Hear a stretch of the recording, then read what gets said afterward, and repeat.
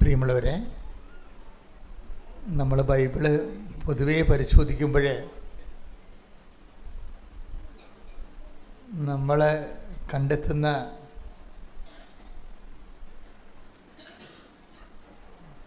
പൊതുവായ ഒരു impression, life is not that easy എന്നാണ്. എല്ലാ വചനങ്ങളുടെയും ഉള്ളിലൂടെ ഈ നട്ടലിൻ്റെ കൂടെ സ്പൈനൽ കോഡ് പോകുന്നത് പോലെ, ഈ സ്പൈൻ പോകുന്ന പോലെ എല്ലാ വചനങ്ങളിലും ഒരു ശക്തമായ വെളിപാടുണ്ട്. എന്താണ്? Life is not that easy. ജീവിതം അത്ര ലളിതമല്ല. ജീവിക്കാൻ ഇത്തിരി പാടാണ്. അതാണ്. അപ്പോൾ ജീവിക്കാൻ ഇത്തിരി പാടാണെന്നുള്ളത് ബൈബിള് പറയാതെ പല വചനങ്ങളിലൂടെയും പറയുന്നുണ്ട്. അങ്ങനെ ജീവിതം ഭാരപ്പെടുമ്പോൾ, ഇപ്പോൾ ഉദാഹരണത്തിന് ഈ ഗലാത്യ ലേഖനയിലെ ശ്രുതിയുടെ ഹല്ലേലൂയ,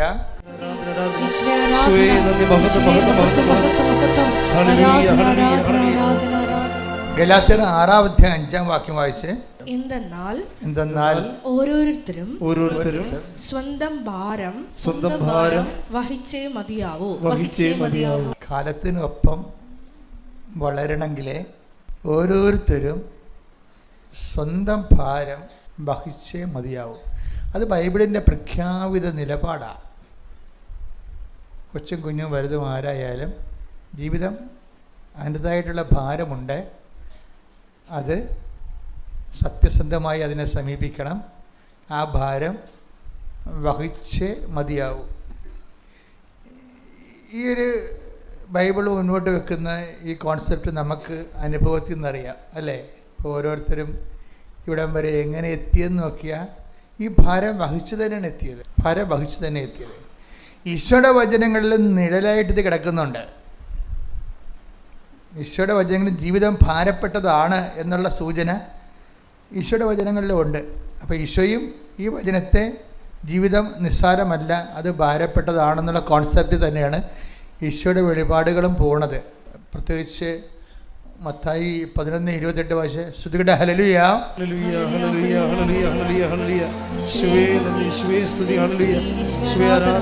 മത്തായി 11:28. അധ്വാനിക്കുന്നവരും ഭാരം വഹിക്കുന്നവരുമായ നിങ്ങളെല്ലാവരും എന്റെ അടുക്കൽ വരുവിൻ, ഞാൻ നിങ്ങളെ ആശ്വസിപ്പിക്കാം. അപ്പോൾ ഈ ഇവിടുത്തെ വിഷയം ഈശോ പറയണത് ലൈഫ് കുറച്ച് വെയിറ്റുള്ളതാണ്. അത് ഈശോ അംഗീകരിച്ചുകൊണ്ട് തന്നെ പറയണതാണ്. ഈശോയുടെ ഒരു സത്യസന്ധത എന്ന് പറയണത് ജീവിതം ഭാരപ്പെട്ടതാണ്. എങ്കിലും എന്തു ചെയ്യണം? ഞാൻ നിങ്ങളെ ഹെൽപ്പ് ചെയ്യാം. ആ ഭാരം മൊത്തം ഏറ്റുമടിക്കാമെന്ന് പറയണില്ല. അത് ഭയങ്കര സത്യസന്ധതയാണ് ശരിക്കും. നിങ്ങളുടെ ഭാരം ഞാൻ മൊത്തം ഇങ്ങോട്ട് ഏറ്റെടുത്തേക്കാമെന്ന് പറയണില്ല. ജസ്റ്റ് എന്താ പറയണത്? I will console you. ഞാൻ നിന്നെ. അപ്പോൾ ആശ്വാസം മാത്രമാണ് കിട്ടുന്നത്. ഭാരം അപ്പോഴും നമ്മൾ ആര് വഹിക്കണം? ഇത് നമ്മൾ അംഗീകരിക്കണം. അപ്പോൾ ഈ ലൈഫ് ഉയർത്തുന്ന ഒരു ചാലഞ്ചുണ്ട്, ജീവിതം ഉയർത്തുന്ന ഒരു വെല്ലുവിളിയുണ്ട്. എന്താണ്? ഭാരത്തെ. അതാണ് ബൈബിൾ പറയണത്, അവനവൻ്റെ ഭാരങ്ങളെ നിങ്ങൾ വഹിച്ചേ മതിയാവൂ. പിന്നെ ഭാരം ദൈവത്തെ ഏൽപ്പിക്കാൻ പറയുന്ന ഭാഗങ്ങളുണ്ട്. ചില ഭാരങ്ങൾ നമുക്ക് ദൈവത്തെ കാര്യം നമ്മളെ കൊണ്ട് പറ്റാത്ത ഭാരങ്ങളാണ്. ഭാരത്തിൽ ചുമക്കാൻ പറ്റാത്തതുകൊണ്ട് പറ്റുന്നതുകൊണ്ട്. പറ്റാത്ത ഭാരങ്ങൾ പിന്നെ എന്ത് ചെയ്യാനായി? അത് ഇടയ്ക്കിട്ട് കളയാൻ പറയുന്നില്ല. പറ്റാത്ത ഭാരങ്ങൾ ഉണ്ടാകും. ഇപ്പം നിങ്ങളുടെ ജീവിതത്തിലൊക്കെ പറ്റാത്ത ഭാരം, നിങ്ങളുടെ വരുമാനം ഒരാളുടെ വരുമാനമേ ഉള്ളൂ, 4 പേർക്ക് ചിലവുണ്ട്, അതിൽ അപ്പനും അമ്മയും മരുന്നാണ്, അവർ കിടപ്പാണ്. അപ്പോൾ ഭാരം ഒക്കണില്ലല്ല, ടാലി ആകണില്ല. പറ്റാത്ത ഭാരമുണ്ട്. ഈ താങ്ങാൻ പറ്റാത്ത ഭാരമാണ് നമ്മൾ ഉടമ്പടിയിൽ അഡ്രസ്സ് ചെയ്യണത്. അതുകൊണ്ടാണ് ആ വാക്ക് അങ്ങനെ പോണത്. Not by merit but by grace. മെറിറ്റിൽ നമുക്ക് താങ്ങാവുന്ന ഭാരങ്ങളാണ് മെറിറ്റിൽ വരണത്. നമ്മുടെ ബുദ്ധി, നമ്മുടെ ശക്തി, എക്സ്പീരിയൻസ് എല്ലാം കൊണ്ട് നമുക്ക് താങ്ങാവുന്ന ഭാരമുണ്ട്. ഉടമ്പടി അഡ്രസ്സ് ചെയ്യണത് താങ്ങാവുന്ന ഭാരത്തെ അല്ല, താങ്ങാൻ പറ്റാത്ത ഭാരമാണ്. താങ്ങാൻ പറ്റാത്ത ഈ ഭാര്യ ഇപ്പോൾ ഈ ദിവസങ്ങളിലുള്ള സാക്ഷ്യങ്ങളിൽ നിന്നാണ് ഞാൻ ഇതെല്ലാം പറയണത്. ഒരു സാക്ഷ്യം ഞാൻ നോക്കിയപ്പോൾ എനിക്ക് കിട്ടിയ കുറച്ച് സുവിശേഷ സന്ദേശങ്ങളാണ് ആമുഖമായിട്ട് ഞാൻ പറഞ്ഞത്. അത് താങ്ങാൻ പറ്റാത്ത ഭാരം. ഇപ്പോൾ ഒരു ഉദാഹരണത്തിന് ദിവ്യ എന്നും പറഞ്ഞൊരു നേഴ്സ് വയനാട്ടിലുള്ള അവർ ഒരു സാക്ഷ്യം പറഞ്ഞു. എനിക്ക് ഭയങ്കരമായിട്ട് സന്തോഷം തോന്നി ആ സാക്ഷ്യം കേട്ടപ്പോൾ. എന്ന് വെച്ച് കഴിഞ്ഞാൽ അവരൊരു GNM ജനറൽ നേഴ്സാണ്. ഇവിടെ താങ്ങാൻ പറ്റാത്ത ഭാരം എന്താണ്? ഇവരെ ജനറൽ നേഴ്സ് എന്ന് പറയുമ്പോൾ നമുക്കറിയാമല്ലോ, സാധാരണ ഒരു നേഴ്സിംഗ് BSc സ്കിൽഡ് പ്രൊഫഷണലല്ല. അപ്പോൾ ഈ സാധാരണ നേഴ്സിന് കൂടിപ്പോയി കിട്ടാവുന്ന ശമ്പളം 30,000 രൂപ അവരൊക്കെ കിട്ടത്തുള്ളൂ. യൂറോപ്യൻ രാജ്യങ്ങളിൽ ഇവരെ ആവശ്യമില്ല. പലപ്പോഴും ഈ ഉടമ്പടി കൊണ്ട് കുറേ ആൾക്കാർ ചാടിപ്പോയി എന്നുള്ള കാര്യം സത്യമാണ്. GNMകാർ ഒത്തിരി പേര് ഉടമ്പടിയിൽ നിന്ന് ചാടിപ്പോയിട്ടുണ്ട്. അത് അമ്മ ചിറക് കൊടുത്തിട്ട് പറപ്പിച്ച് വിട്ടതാണ്. അല്ലാത്ത ആൾക്കാർക്ക് നാട്ടിൽ നിൽക്കുന്നുണ്ട്. അപ്പോൾ ഈ ദിവ്യയുടെ പ്രശ്നം എന്ന് പറയുന്നത്, ദിവ്യയുടെ വീട്ടിൽ 15 ലക്ഷം കടമുണ്ട്. അപ്പോൾ ഈ 2 കുഞ്ഞുങ്ങളെ, ഒരു കുഞ്ഞിനെ പഠിപ്പിക്കാനുണ്ട് അവർക്ക്. അപ്പോൾ തന്നെ കുടുംബം മുക്കറ്റം ഇങ്ങനെ മുങ്ങി നിൽക്കുന്ന കണ്ടീഷനാണ്. കര പിടിക്കാൻ പാടായിരിക്കും. കാര്യം ഇപ്പം തന്നെ 15 ലക്ഷം കടമാണ്. അപ്പനും അമ്മയും അങ്ങോട്ട് ചെല്ലുന്തോറും പ്രോഗ്രസ് ചെയ്തിരിക്കുന്നത് ഓൾഡ് ഏജിലേക്കാണ് പ്രോഗ്രസ് ചെയ്യണത്. മുന്നോട്ട് പോകുന്നുണ്ടെങ്കിലും വയസ്സിൻ്റെ ആവശ്യതകൾ വരുന്നുണ്ട്, ജോലിക്കേട് വരുന്നുണ്ട്, വരുമാനക്കുറവ് വരുന്നുണ്ട്. അപ്പോൾ ഭാവിയിലേക്ക് നോക്കിയിട്ട് ഇരുട്ടാണ്. കാര്യം 15 ലക്ഷം കടമുണ്ട്, അതിൻ്റെ ഇൻട്രസ്റ്റ് ഉണ്ട്. അപ്പനും അമ്മയും പ്രായത്തിലേക്ക് കിടക്കുന്നു, വരുമാന വഴികൾ അടഞ്ഞു പോകുന്നു, ഇരുട്ട് കയറുന്നു. ഈ ഇരുട്ട് കയറുന്ന കാലത്ത് കർത്താവ് ഒരു അപ്പക്കഷ്ണം ഇട്ട് കൊടുക്കും അവൾക്ക്. എന്താണ്? ഒരു വചനമാണ് ഇട്ട് കൊടുക്കുന്നത്. അവൾക്ക് 15 ലക്ഷം, അവൾക്ക് GNM ഉള്ളൂ. ഇതുകൊണ്ട് നമ്മൾ എങ്ങനെ ജോലി ചെയ്താലും ഈ 15 ലക്ഷത്തിൻ്റെ കടം അടയത്തില്ല. അതാണ് വിഷയം. പിന്നെ അവൾക്ക് കല്യാണം കഴിച്ച് പോകണം, അനിയത്തിനെ പഠിപ്പിക്കണം, ഇതൊന്നും നടക്കത്തില്ല. ജീവിതം അതിൻ്റെ മുഴുവൻ ഭാരങ്ങൾ ഒറ്റയടിക്ക് ഒരു സ്ഥലത്തേക്ക് കോൺസെൻട്രേറ്റ് ചെയ്യണം. ഇപ്പോൾ ചില നമ്മൾ കടത്തുവള്ളത്തൊക്കെ പോകുമ്പോൾ കുറേ ആൾക്കാരൊക്കെ പണ്ട് മരിച്ചത് എങ്ങനെയാണ്?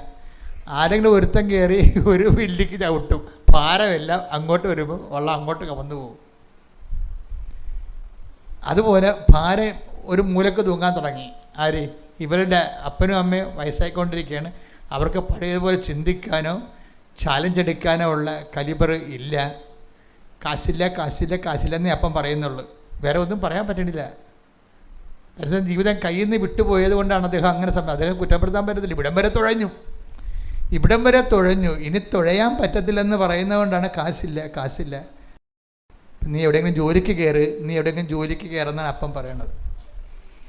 എന്നുവെച്ചാൽ തുഴഞ്ഞ് തളർന്ന്, അതുകൊണ്ടാണ് പറയണത് കാശില്ല, ഇനി പഠിക്കാൻ പറ്റത്തില്ല, നീ എവിടെയെങ്കിലും ജോലിക്ക് കയറുമെന്ന് പറഞ്ഞു. ആ അപ്പന്മാരുടെയൊക്കെ ഒരു സങ്കടം എന്ന് പറയണത് ഇതൊക്കെയാണ് ബൈബിൾ അഡ്രസ്സ് ചെയ്യണത്.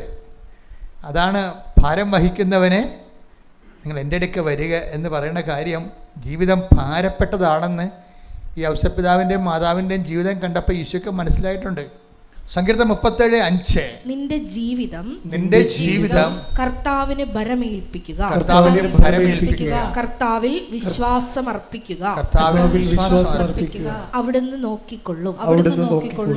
ഈ സങ്കീർത്തനത്തിന് ഇങ്ങനെ ഒരു ഇടക്കാലം കൊണ്ട് എനിക്ക് എത്രയോ വർഷമെടുത്താണ് വെളിപാട് ദൈവം നൽകുന്നത്. അതിൽ ജീവിതത്തിന് താക്കോലായിരിക്കുന്ന ഒരു വചനമാണ്. എന്താണ്? അതുപോലെ നോക്കിയിട്ട് കിട്ടണില്ല, അത് എവിടെയോ ഒളിച്ചിരിക്കണം ആ വചനം. എന്താ പറയണത്? ഒന്നിനു വായിച്ച് സങ്കീർത്തനം 37:5. നിന്റെ ജീവിതം കർത്താവിന് ഭരമേൽപ്പിക്കുക, കർത്താവിൽ വിശ്വാസമർപ്പിക്കുക, അവിടുന്ന് നോക്കിക്കൊള്ളും. അപ്പൊ നമുക്ക് താങ്ങാനാവാത്ത ഭാരമായ ജീവിതം ആരെ ഏൽപ്പിക്കാനുള്ളതാണ്? കർത്താവിനെ ഏൽപ്പിക്കാനുള്ളതാണ്. ഇങ്ങനെ കർത്താവിനെ ഏൽപ്പിക്കാൻ പല മാർഗങ്ങളുണ്ടെങ്കിലും ഏറ്റിരിക്കുന്നുവെന്ന് കർത്താവ് ഇങ്ങോട്ട് പറയുന്ന നമുക്ക് അക്നോളജ്മെൻറ്റ് കിട്ടുന്ന ഒരു സംഭവം ഉടമ്പടി മാത്രമേ ഉള്ളൂ. ഇപ്പം നമുക്ക് സെൻഡ് ചെയ്യാം, ഒരു അക്നോളജ്മെൻറ്റ് അത് കൈപ്പറ്റിയതായിട്ട് രസീത് കിട്ടത്തില്ല. ഉടമ്പടിയുടെ ഏറ്റവും വലിയ വിജയം കൈപ്പറ്റ് രസീത് കിട്ടുമെന്നുള്ളതാണ്. അത് രേഖയാണല്ലോ, അത് കോടതിയിലും കാണിക്കാം. കൈപ്പറ്റ് രസീത് കിട്ടണമെന്ന് പറഞ്ഞാൽ നിസ്സാരമല്ല. പല ആൾക്കാരും കൈപ്പറ്റ് രസീത് കൊടുക്കത്തില്ല. സാധനം കൈപ്പറ്റതായിട്ട് ഏക്കണ്ടേ, ഉത്തരവാദിത്തമുള്ളത്. അപ്പോൾ കൈപ്പറ്റ് രസീത് കിട്ടണ ഒരു മാർഗം എന്താണ്? ഉടമ്പടിയാണ്. കാര്യം എന്താണ്? അത് വാഗ്ദാനങ്ങളിലുള്ളതാണ്. വാഗ്ദാനം ദൈവം ഒരു 0 ലെവലിൽ നിന്ന് മനുഷ്യനെ ഉയർത്തിക്കൊണ്ട് വരണത് വാഗ്ദാനത്തിൻ്റെ അടിസ്ഥാനത്തിലാണ്. ഒരു പക്ഷേ നമ്മൾ 0 ആയിരിക്കാം, പക്ഷെ നമ്മളതുകൊണ്ട് സങ്കടപ്പെടേണ്ട കാര്യമില്ല. ഇതിന് ഈ 0 ലെവലിൽ നിന്ന് ഒരു മനുഷ്യനെ അടിക്കടി ദൈവം ഉയർത്തണത്. ഇപ്പോൾ മാനവും പോയി, കാശും പോയി, ജീവിതവും ഇല്ല, പെരുവഴിയിലായി, നാട്ടുകാർക്കും വേണ്ട, വഴിയരികിലായി കിടക്കുന്ന ഒരു ജീവിതം. അതിനിങ്ങനെ ചുമ്മാ ഒരു ആശംസ കൊണ്ട് പൊക്കിയെടുക്കണ കാണാം. Take the word of God. Ezekiel 16:7 വരെ വായിച്ചേ. ശ്രുതിക്കട്ടെ. ഹല്ലേലൂയ ഹല്ലേലൂയ ഹല്ലേലൂയ ഹല്ലേലൂയ. യേശുവേ നന്ദി. ഹല്ലേലൂയ ഹല്ലേലൂയ. യേശുവേ ആരാധന ആരാധന ആരാധന. ഹല്ലേലൂയ ഹല്ലേലൂയ ഹല്ലേലൂയ ഹല്ലേലൂയ ഹല്ലേലൂയ. യേശുവേ നന്ദി. ഹല്ലേലൂയ ഹല്ലേലൂയ ഹല്ലേലൂയ ആരാധന ആരാധന യേശുവേ ആരാധന. എസെക്കിയേൽ 16:6 മുതലുള്ള തിരുവചനങ്ങൾ. എസെക്കിയേൽ 16:6. ഞാൻ നിന്റെ അടുക്കലൂടെ കടന്നു പോയപ്പോൾ നീ ചോരയിൽ കിടന്ന് ഉരുളുന്നത് കണ്ട് നിന്നോട് പറഞ്ഞു ജീവിക്കുക വയലിലെ ചെടി പോലെ വളരുക. എൻ്റെ ജീവിതത്തെ മാറ്റിമറിച്ചൊരു വചനമാണിത്.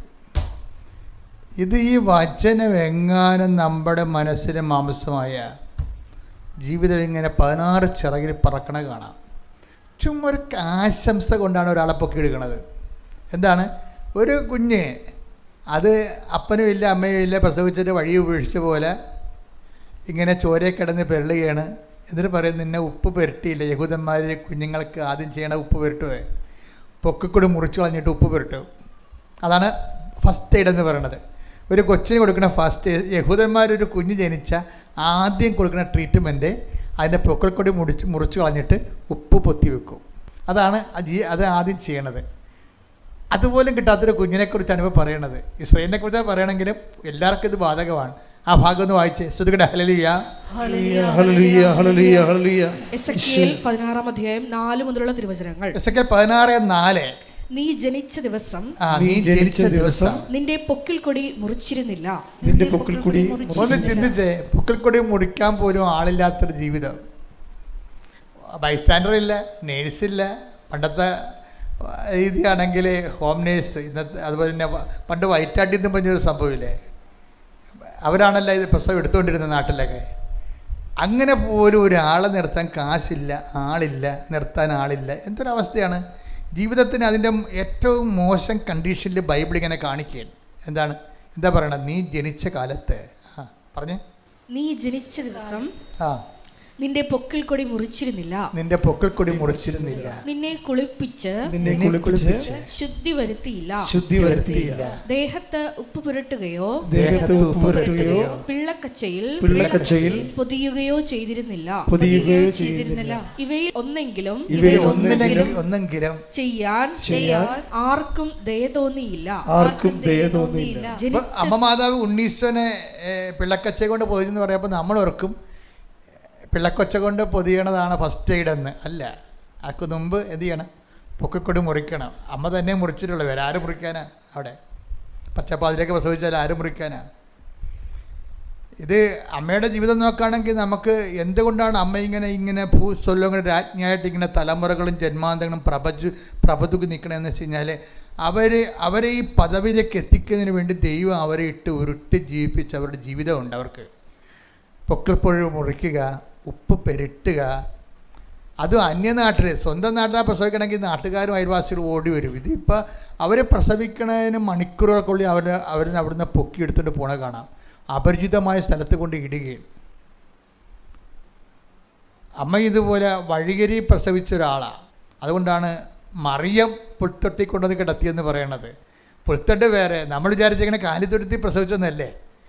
കാലിത്തൊടുത്തി പ്രസവിക്കണ സൂചന അല്ല ബൈബിളിലുള്ള. ശരിക്കും പറഞ്ഞാൽ വഴിയരികെ പ്രസവിച്ചിട്ട് അവിടുന്ന് പൊക്കിൾക്കൊടി മുറിച്ച് കൊണ്ടുവന്ന് കാലിത്തൊഴുത്തിൽ, ബൈബിൾ എന്താ പറയുന്നത്, മറിയം തൻ്റെ കുഞ്ഞിനെ പിള്ളക്കച്ചയെ പൊതിഞ്ഞ് കാലിത്തൊട്ടിയിൽ കിടത്തിയെന്നാണ്. അല്ല, കാലിത്തൊഴുത്തിൽ പ്രസവിച്ചൊന്നല്ല. അപ്പോൾ വഴിയരികിൽ എവിടെയാണ് പ്രസവിച്ചത്, അവിടുന്ന് കുഞ്ഞിനെ എടുത്തുകൊണ്ട് വന്നിട്ടാണ് അമ്മ ഈ ഒറ്റയ്ക്ക് കാര്യങ്ങളെല്ലാം ചെയ്യാൻ വേണ്ടി അമ്മയെ ദൈവം അങ്ങനെ ആക്കിക്കളഞ്ഞാണ് ശരിക്കും. അപ്പോൾ ദൈവം അങ്ങനെ ഒരു മനുഷ്യൻ്റെ ഒരു സാഹചര്യം അവന് ഒരു സിറ്റുവേഷൻസ് വന്നാൽ അവൻ സ്വന്തം നിലയ്ക്ക് ആരെയും ആശ്രയിക്കാതെ ഒറ്റയ്ക്ക് അതിനെ അഭിമുഖീകരിക്കണം. അത് കർത്താവിൻ്റെ ഒരു മനസ്സിലിരിപ്പാണ്. അതാണ് പറഞ്ഞത്, പൊക്കിൽ കൂടി മുറിച്ചില്ല, ഉപ്പ് പെരുട്ടിയില്ല.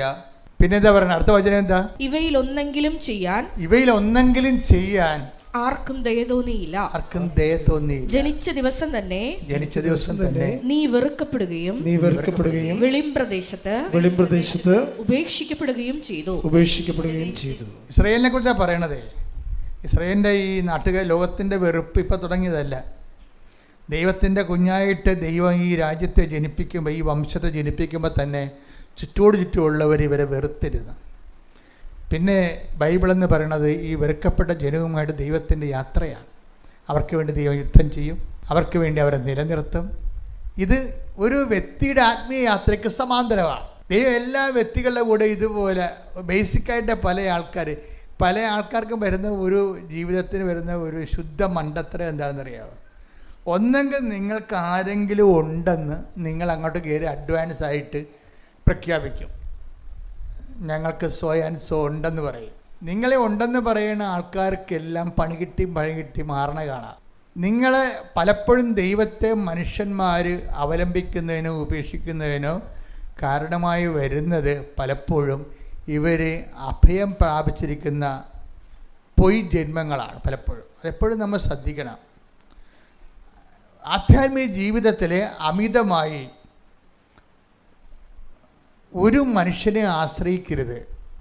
ആശ്രയിക്കുന്നതല്ല, ഞങ്ങൾക്ക് അവരുണ്ട്, അമ്മാവരുണ്ട്, അങ്കിളുണ്ട്, നാട്ടുകാരുണ്ട്, പാർട്ടിക്കാരുണ്ട്, ഇങ്ങനെയൊക്കെ എന്തെങ്കിലും ഉണ്ടെന്ന് പറഞ്ഞാൽ അവരെ കുറച്ച് മാത്രമേ ദൈവം നിന്നെ അനുഗ്രഹിക്കത്തുള്ളൂ. അതാണ് പ്രശ്നം. വേറെ കുഴപ്പമൊന്നുമില്ല. ആരെങ്കിലും ഉണ്ടെന്ന് പറഞ്ഞാൽ, ഇനി സ്വന്തം ആരോഗ്യത്തിൻ്റെ കാര്യത്തിൽ പോലും നിങ്ങളതൊരു ആസ്തിഭദ്രതയായിട്ട് എടുക്കരുത്. സ്വന്തം ആരോഗ്യം പോലും, ഏതെങ്കിലും ഒരു നിമിഷം നിങ്ങൾക്ക് ആരോഗ്യമുണ്ട് എന്ന് തോന്നിയാൽ ഉടനെ ആത്മവിശ്വാസം വരും. ആത്മവിശ്വാസത്തിൻ്റെ തന്മാത്ര ഭേദങ്ങൾ, ആത്മവിശ്വാസത്തിലെ തന്മാത്രാ ഭേദങ്ങൾ ഉണ്ടായിക്കഴിഞ്ഞാൽ ഓപ്പോസിറ്റ് എലമെൻ്റായിട്ട് അത് മാറും. അങ്ങനെ ആത്മവിശ്വാസത്തിന് അങ്ങനെ കുഴപ്പമുണ്ട്. നിങ്ങൾ ഏതെങ്കിലും വിഷയത്തിൽ, മക്കളുടെ കാര്യത്തിൽ ആത്മവിശ്വാസമായി, ആരോഗ്യത്തിൻ്റെ കാര്യത്തിൽ ആത്മവിശ്വാസമായി, സ്ഥിരനിക്ഷേപത്തിൻ്റെ കാര്യത്തിൽ ആത്മവിശ്വാസമായി, ജോലിയുടെ കാര്യത്തിൽ ആത്മവിശ്വാസമായി, ഇങ്ങനെ എന്തെങ്കിലും കാര്യത്തിൽ ഒരു ആത്മവിശ്വാസം വന്നാൽ അതിലേതെങ്കിലും സമയത്ത് ഹിറ്റ് ചെയ്തൊരു തന്മാത്ര കയറും. എന്താണ്? ആത്മവിശ്വാസം കൂടും, സൂപ്പർ കോൺഫിഡൻസ് ആവും. കോൺഫിഡൻസിൻ്റെ കൂടെ ഇപ്പോൾ ഒരു വിശ്വാസത്തിന് ഒരു കാര്യം നിങ്ങൾക്ക് ആത്മവിശ്വാസമായി, മക്കൾ ജോലിക്കാരനായപ്പോൾ നിങ്ങൾക്കൊരു ആത്മവിശ്വാസമായി. ഓക്കെ അല്ലേ? അതുപോലെ തന്നെ അവർക്ക് ജോലിക്ക് പ്രൊമോഷൻ കിട്ടിയപ്പോൾ നിങ്ങളുടെ ആത്മവിശ്വാസം കുറച്ചുകൂടി കൂടി. കോൺഫിഡൻസ് സൂപ്പർ കോൺഫിഡൻസിലേക്ക് പോയി. സൂപ്പർ കോൺഫിഡൻസിലേക്ക് പോകുമ്പോൾ ഒരു തന്മാത്ര കയറുന്നുണ്ട്. ഇനി കോൺഫിഡൻസ് ഒരു തന്മാത്ര, ഈ സൂപ്പർ കോൺഫിഡൻസ് കയറിക്കഴിഞ്ഞാൽ പിന്നെ ഈ ചില ബോഡിയിലേക്ക് സൂപ്പർ കോൺഫിഡൻസ് വന്നാൽ ഓട്ടോമാറ്റിക്കായിട്ട് അത് അഹങ്കാരമായിട്ട് കൺവേർട്ട് ചെയ്യും. അതൊരു പ്രശ്നമാണ്. അത് നേച്ചറിനെ ബാധിക്കുന്ന വിഷയമാണ്. ചിലക്ക് സൂപ്പർ കോൺഫിഡൻസ് എന്ന് പറയുന്ന ഉപരി ആത്മവിശ്വാസം. ഇപ്പം നിങ്ങൾ വീട് വെച്ചു, നിങ്ങളുടെ ലോൺ തീർന്നു, ഇന്നലെ കൊണ്ട് ലോൺ അടച്ച് തീർത്തു, മകന് ഇളയവന് ജോലിയുമായി എന്ന് പറയുമ്പോൾ എന്ത് പറ്റും? ഇന്നലെ കൊണ്ട് വീടിൻ്റെ ലോൺ അടച്ച് തീർത്ത് ഇളയവന് അപ്പോൾ ജോലിയും കിട്ടി, യേശുവേ സ്വസ്ത്രം എന്ന് പറഞ്ഞു കഴിഞ്ഞാൽ ഈ സ്വസ്ത്രം പറയുമ്പോഴും കോൺഫിഡൻസ് സൂപ്പർ കോൺഫിഡൻസ് ആകുന്നുണ്ട്. നിങ്ങളുടെ ആത്മവിശ്വാസം ആത്മവിശ്വാസമാകും. ഈ ആത്മവിശ്വാസം ചില വ്യക്തികളിലെ, ആ വ്യക്തികളെ ആശ്രയിച്ചിരിക്കും. അത് ചില വ്യക്തികളിലെ അത് അവിടെ ഇരുന്ന് തന്നെ ഈ മിന്നാവിരി ചാരായമാകണ പോലെ തന്നെത്താൻ ചാരായമായി മാറും. കള്ളില്ലേ, കള്ള് വെറുതെ ആരും ഒന്നും ചെയ്യേണ്ടല്ലോ, വെറുതെ ഇരുന്നാൽ മതിയല്ല. വെറുതെ ഇരിക്കുമ്പോൾ അത് മിന്നാവിരിയായി മാറും. കുറച്ചുകൂടി ഇരുന്ന് കഴിഞ്ഞാൽ അത് ചാരായമായി മാറും. അതുപോലെ തന്നെയാണ് ഈ അതികോൺഫിഡൻസിൻ്റെ പ്രശ്നം. അതികോൺഫിഡൻസ് ചില വ്യക്തികളിൽ ഇരുന്ന് കഴിഞ്ഞാൽ ഫെർമെൻറ്റേഷൻ നടക്കും. എന്താണ്? അവർക്ക് ബേസിക് അഹന്തയുള്ള ആളാണ്. എൻ്റെ ഉപ്പാപ്പയ്ക്ക് ഒരു ആന ഉണ്ടായിരുന്നെന്ന് പറയുന്ന വർഗ്ഗമാണ് ആ സാധനം. പണ്ടാരാണ്ട് ആനപ്പുറത്ത് ഇരുന്നെന്ന് പറഞ്ഞ് ഇപ്പോഴും ഇങ്ങനെ തഴമ്പ് ഇങ്ങനെ തപ്പി നോക്കണ പാർട്ടിയായിരിക്കും. ആ വ്യക്തി അഹങ്കാരിയാണ് ബേസിക്കായിട്ട്. ഈ ബേസിക്കായിട്ട് അഹങ്കാരിക്ക് സൂപ്പർ കോൺഫിഡൻസ് കയറി കഴിഞ്ഞാൽ അത് ഉടനെ ആത്മനാശത്തിലേക്ക് സാധനം കുപ്പുകുന്നത് കാണാം. എന്താ കാര്യം എന്ന് വെച്ച് കഴിഞ്ഞാൽ, ഇപ്പോൾ ഈ ചിലരുടെ ഉടമ്പടി അവരിങ്ങനെ പച്ച പിടിച്ച് വരും. എന്നിട്ട് പെട്ടെന്ന് ഇങ്ങനെ വാടിപ്പോണ കാണാം. നിങ്ങൾ നോക്കണ്ടിട്ടല്ലേ? ചില ഉടമ്പടി ഇങ്ങനെ പച്ച പിടിച്ച് വരും. ഓരോരോ അനുഗ്രഹങ്ങൾ കിട്ടി അവരെ പ്രേക്ഷിത പ്രവർത്തനമൊക്കെ ചെയ്ത് ദൈവം ചില ദർശനങ്ങളൊക്കെ കാണിച്ച്, മഴവില്ലൊക്കെ കാണിച്ച്, മുല്ലപ്പൂവിൻ്റെ മണമൊക്കെ ഉണ്ടായി, സാന്നിധ്യമൊക്കെ ഉണ്ടായി, ഇങ്ങനെ ഇരുന്ന് വെച്ചും പെട്ടെന്ന് ഈ സാധനം യോനായുടെ തണൽ മരം പോലെ ഈ പുഴു കയറി വെട്ടണ കാണാം. യോനായുടെ തണൽമരം പെട്ടെന്ന് ഇങ്ങനെ വളർന്ന് വന്നിട്ട് പെട്ടെന്ന് ഇങ്ങനെ ഉണങ്ങിപ്പോകത്തില്ലേ യോനായുടെ തണൽമരം? അത് പുഴു കയറി വെട്ടണമാണ് കാണുന്നത്. യോനാ ക്ഷുഭിതനായി. അതിൻ്റെ കാര്യമൊന്നുമില്ല. ദൈവം പറഞ്ഞ് ക്ഷുഭിച്ചിട്ട് കാര്യമില്ലെന്ന്. നീലല്ലാതെ ഉണ്ടാക്കിയത് ഞാനല്ല ഉണ്ടാക്കിയത്, ഞാനല്ല ക്ഷോഭിക്കേണ്ടത്, എനിക്ക് ക്ഷോഭമില്ലല്ല. ഞാനിതിനെല്ലാം ഈ മഴയും കാറ്റും വെയിലും മഞ്ഞും എല്ലാം അക്സെപ്റ്റ് ചെയ്തുകൊണ്ടാണ് ദൈവം പോണത്. ചില ആൾക്കാരും നല്ല കാര്യങ്ങൾ മാത്രമേ അക്സെപ്റ്റ് ചെയ്യത്തുള്ളൂ. അച്ഛൻ പറഞ്ഞു വരുന്നതിൻ്റെ കാര്യം, ചില ഉടമ്പടി ഇങ്ങനെ പെട്ടെന്ന് ഫ്ലറിഷ് ചെയ്ത് വരും. ചിലർക്ക് ഭയങ്കര കൊടിയ സാക്ഷിയൊക്കെ പറഞ്ഞ ആൾക്കാരെ കമത്തിയ ആൾക്കാർ ചിലപ്പോൾ ഗതികിട്ട പ്രേതം പോലെ നടക്കണ കാണാം. അപ്പോൾ നമ്മൾക്ക് ഇന്ന് ഈ കഴിഞ്ഞ കൊല്ലം വെടിക്കെട്ട് സാക്ഷ്യം പറഞ്ഞ ആൾക്കാരാണല്ലോ, ഇവർക്ക് എന്ത് പറ്റിയെന്ന് ഇവർക്ക്. അതേ പ്രശ്നം എന്ന് വെച്ച് കഴിഞ്ഞാൽ, വളരെ ജാഗ്രതയില്ലെങ്കിൽ ഉടമ്പടി ജീവിക്കാൻ പറ്റത്തില്ല. എന്താ കാര്യം വെച്ച് കഴിഞ്ഞാൽ, ഈ അതികോൺഫിഡൻസ് ഇല്ലേ, ആത്മവിശ്വാസം, അതിൻ്റെ അകത്ത് ചില വ്യക്തികളിൽ അത് ആത്മവിശ്വാസമായിട്ട് അഹങ്കാരമായിട്ട് മാറും. എന്നിട്ട് ഇവരെന്നാ ചെയ്യുന്നത് വെച്ച് കഴിഞ്ഞാൽ, ഇവർ അഹങ്കാരം ഉണ്ടായിക്കഴിഞ്ഞാൽ കുഴപ്പം, ഇന്ന് വരെ നേടിയ നേട്ടങ്ങളെല്ലാം ഇവർ തന്നെത്താൻ പറയും, അത് ഉടമ്പടി എടുത്തില്ലെങ്കിലും എൻ്റെ മകന് PR കിട്ടുമായിരുന്നു. സാധനം പോകണ്ട, കൗണ്ടർ അടിക്കണേണ്ട. അത് വളരെ ശ്രദ്ധിച്ചില്ലെങ്കിൽ അഹങ്കാരികൾക്ക് മാത്രമേ കൗണ്ടർ അടിക്കത്തുള്ളൂ. അതുകൊണ്ടാണ് അമ്മ എപ്പോഴും പറയണത്, അവിടുന്ന് തൻ്റെ ദാസിയുടെ വിനീത അവസ്ഥ ഇതൊക്കെയാണ് പറത്തു. ഈ വിനീത അവസ്ഥ എന്ന് പറയണത് ഒരു അവസ്ഥയാണത്, സ്റ്റേജ്. അത് എപ്പോഴും ദൈവം തൃക്കൺ പാർക്കണമെങ്കിൽ ബേസിക് ആയിട്ടുള്ള situation take the bed of God. സ്തുതിക്കട്ടെ, ഹല്ലേലൂയ യേശുവേ നന്ദി, ഹല്ലേലൂയ ഹല്ലേലൂയ ഹല്ലേലൂയ ഹല്ലേലൂയ ഹല്ലേലൂയ യേശുവേ നന്ദി, ഹല്ലേലൂയ. ദാസിയുടെ തൃക്കൺ പാർത്ത ഉന്നതൻ ദാസനെ ഉയർത്താൻ എഴുന്നള്ളയാ. പാടുക സ്വരത്തിലെ. ദാസിയുടെ തൃക്കൺ പാർത്ത ഉന്നതൻ ദാസനെ ഉയർത്താൻ എഴുന്നള്ളയാ. എന്തൊരാനന്ദം എന്തൊരാനന്ദം അമ്മയെയൊപ്പം ആരാധിക്കുമ്പോൾ. പരിശുദ്ധ പരമദിവ്യകാരുണ്യത്തിന് ആരാധനയും സ്തുതിയും പുകഴ്ചയും ഉണ്ടായിരിക്കട്ടെ. എൻ്റെ മക്കളെ, ഇത് നിങ്ങളെ ശ്രദ്ധിക്കാതെ ഇനി മുന്നോട്ട് പോകാൻ പറ്റത്തില്ല. കാര്യം വെച്ച് കഴിഞ്ഞാൽ, ആത്മവിശ്വാസം, ആത്മവിശ്വാസം ഓട്ടോമാറ്റിക്കായിട്ട് അഹങ്കാരമായിട്ട് കൺവേർട്ട് ചെയ്യും. എന്നിട്ട് ഇവർ പറയും സെൽഫ് റിലയൻസ് വരും. എന്താണ് പറയണത്?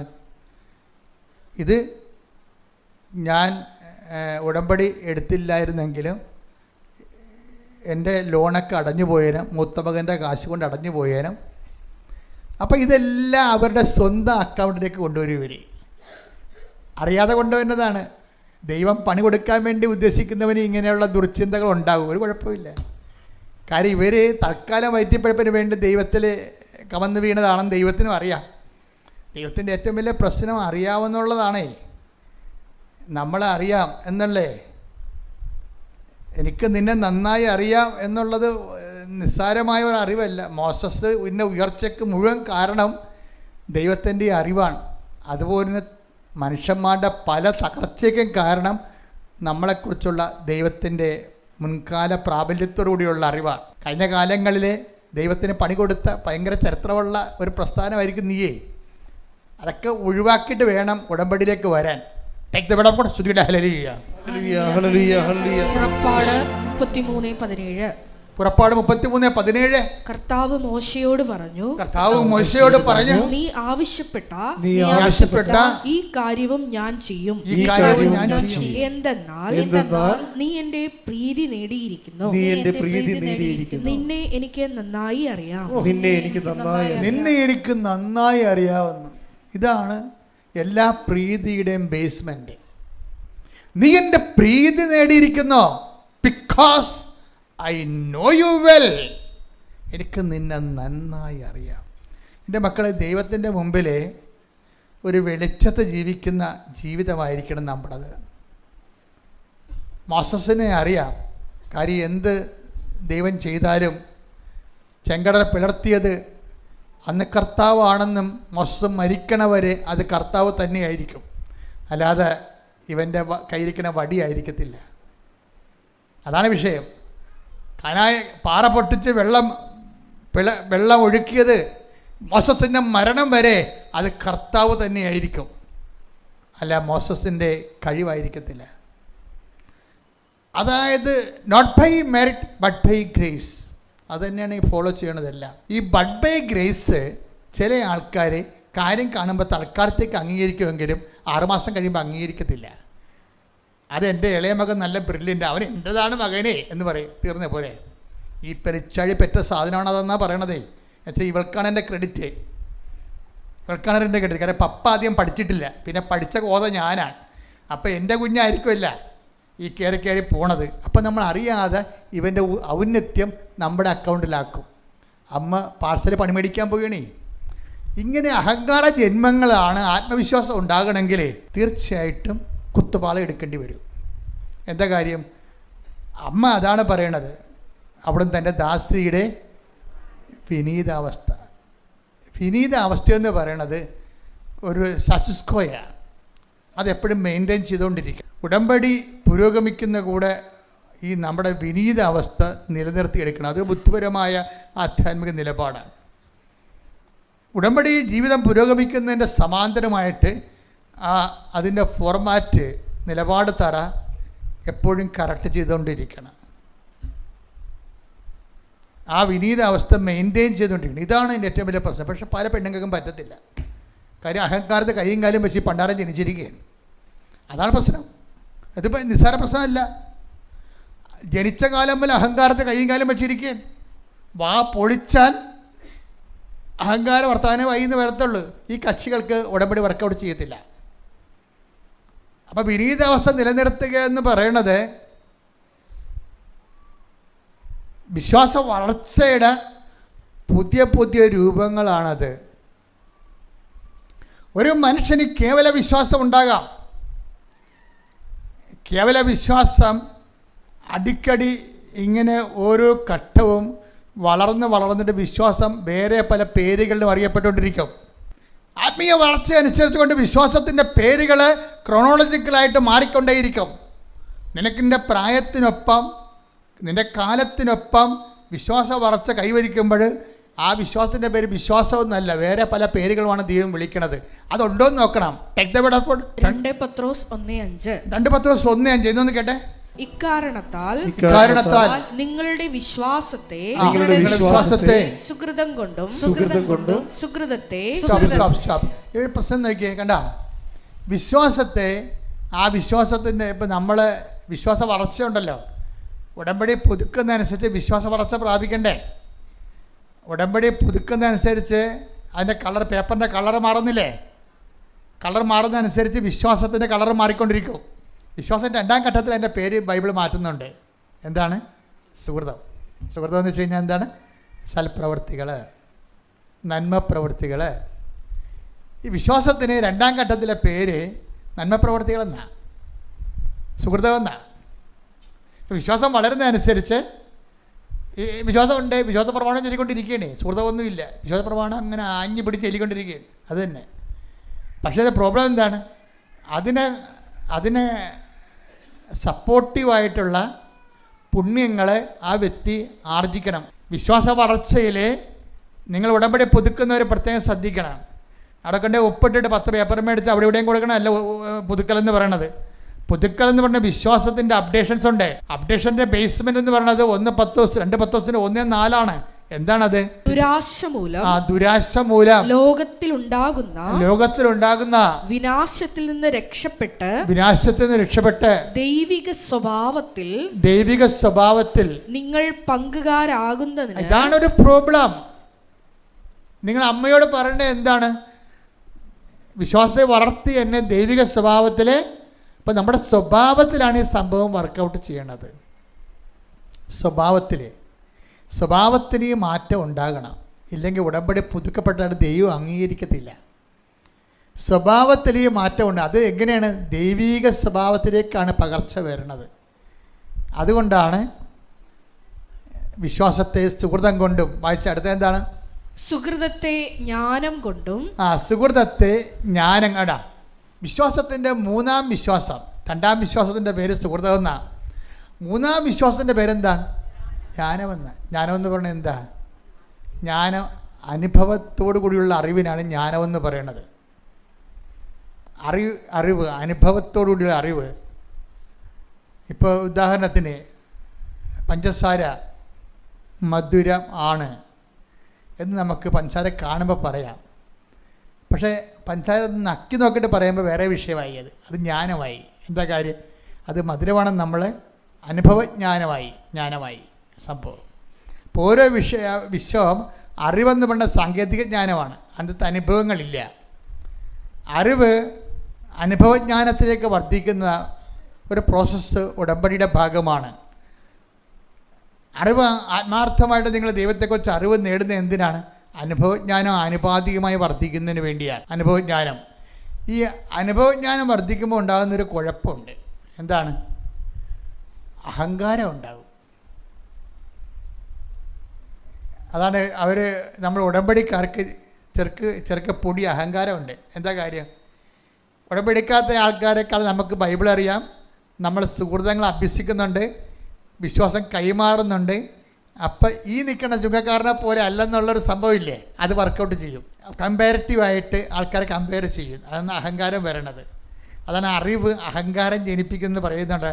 Take the word of God. Sudhikada hallelujah. Hallelujah, hallelujah, hallelujah, hallelujah. Ishwe nandi hallelujah, hallelujah.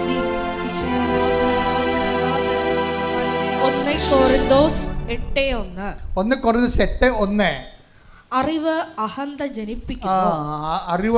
ജനിപ്പിക്കുന്നു. സ്നേഹമോ ആത്മീയോത്കർഷം വരുത്തുന്നു.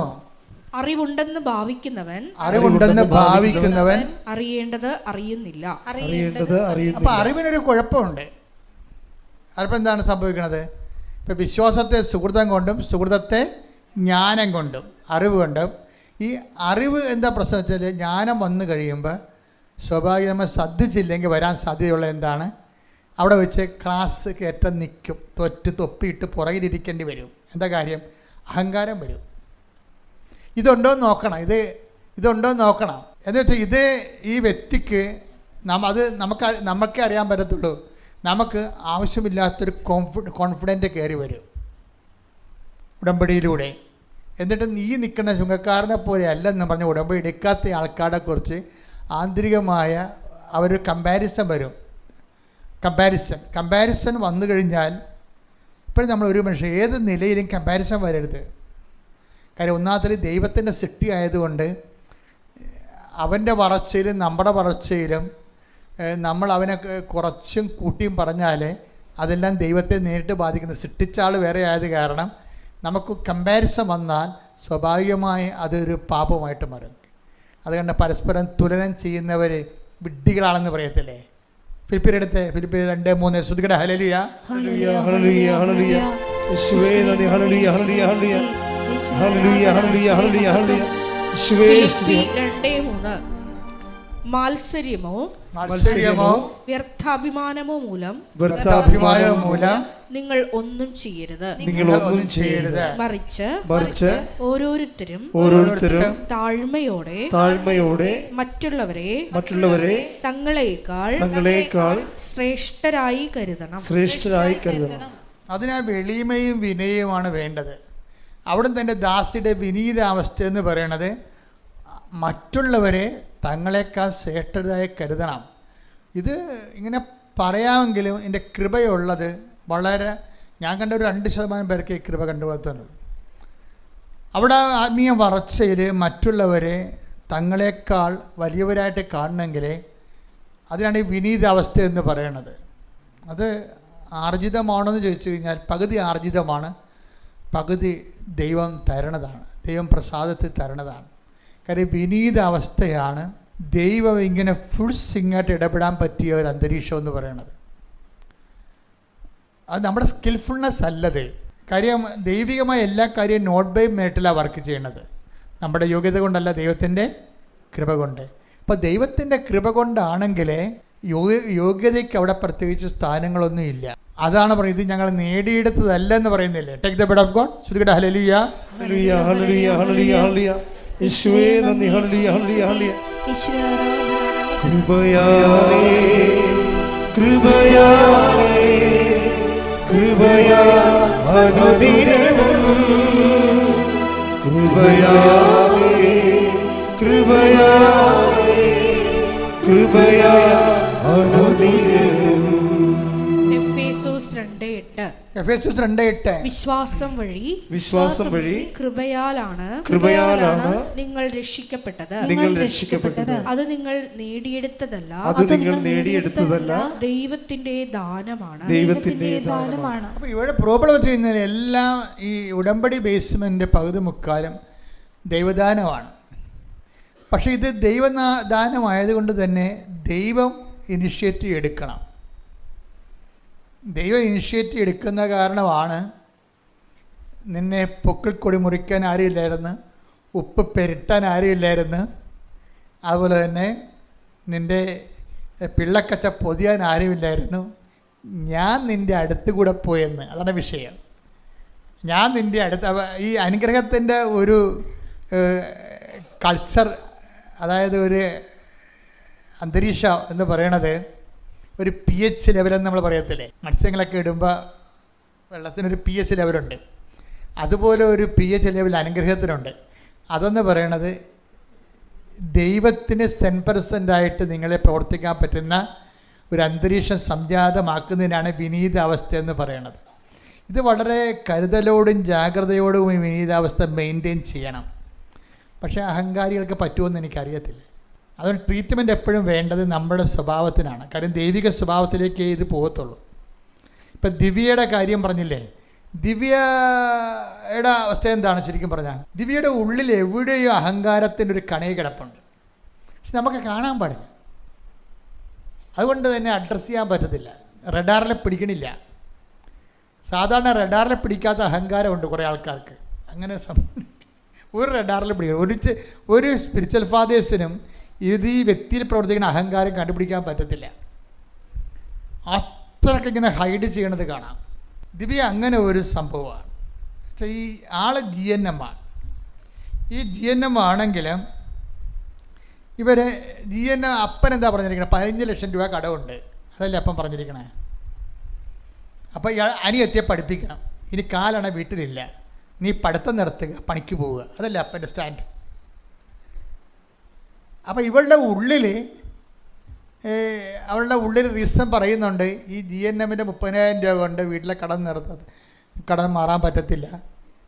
പിന്നെ എന്താണ്, അവൾക്ക് കല്യാണം കഴിച്ച് പോകാനും പറ്റത്തില്ല. അപ്പോൾ അവൾക്ക് അതിനെക്കുറിച്ച് ഒരു ഐഡിയ. അവൾ പറഞ്ഞത് ഇത് മുന്നോട്ട് പോകാനേ പറ്റത്തുള്ളൂ പഠിച്ച്, പക്ഷെ പഠിക്കാൻ കാശില്ല. അവൾക്കൊരു ആഗ്രഹമുണ്ട്. എന്താ സംഭവം?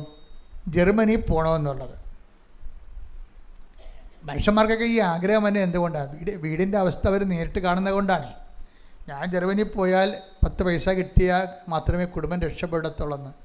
അപ്പോൾ അത് കൊണ്ട് അവൾ എപ്പോഴും ഈ ആഗ്രഹം മനസ്സിൽ വെച്ച് സൂക്ഷിക്കും. പക്ഷേ ആഗ്രഹം മനസ്സിൽ വെക്കണമെങ്കിൽ നമുക്ക് ഈ ആഗ്രഹത്തിന് ആനുപാതികമായിട്ടുള്ള ആത്മീയത ഉണ്ടാകണം. ആഗ്രഹം നല്ലതാണ്, പക്ഷേ ആഗ്രഹത്തിന് ആനുപാതികമായ ആധ്യാത്മികത ഉണ്ടാകണം. അത് ഇവൾക്കില്ല. അതൊരു പ്രശ്നമാണ്. പക്ഷെ ഇവളുടെ അമ്മ കുറച്ച് ഭേദമാണ്. അമ്മ പറയും, എടി ഇപ്പം കൃപാശ്രമം എന്നും പറഞ്ഞൊരു സംഭവം ഉണ്ടല്ലോ, അതിൽ മാതാവിൻ്റെ പ്രത്യക്ഷീകരണ പ്രാർത്ഥന ഉണ്ട്, നീ അതെടുത്ത് ചെല്ലാൻ പറയും. അപ്പോൾ ഒരു കാര്യം, ഒരു ഈ ട്വിസ്റ്റിങ് വന്നെ കണ്ടില്ലേ. പക്ഷേ ഇവൾക്കൊരു ക്വാളിറ്റി ഉണ്ട്. എന്താണ്?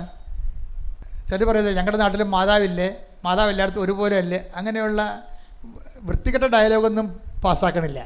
അതൊക്കെ അത് ബോധമില്ലാത്ത ഡയലോഗല്ലേ അതൊക്കെ. ദൈവം എല്ലായിടത്തും ഒരുപോലെയാണ് എല്ലാ സ്ഥലത്തെയും വെക്കണത്. എന്നാ പറഞ്ഞ് എല്ലാ സ്ഥലവും പിന്നെ ലൂർദ് പോലെ ആയി വരത്തില്ല. അങ്ങനെയല്ലല്ലോ. ഒരു ലൂർദ്, ഒരു വേളാങ്കണ്ണി, ഒരു കൃപാസനമൊക്കെ ഉള്ളു. അതൊക്കെ വളരെ ഒരു രാജ്യത്ത് 1-2 ഉണ്ടാകത്തുള്ളൂ ദൈവം ഇടപെടുന്ന സ്ഥലം. അപ്പോൾ ദൈവത്തിന് അവിടെ പ്രാർത്ഥിക്കുന്നവർക്ക് കൊടുക്കാനുള്ള അനുഗ്രഹവും അതിൻ്റെ പരിചരണമൊക്കെ അതിൻ്റെ പ്രത്യേകതയായിരിക്കണം. അത് ദൈവം ചെയ്യണ കാര്യങ്ങളാണത്.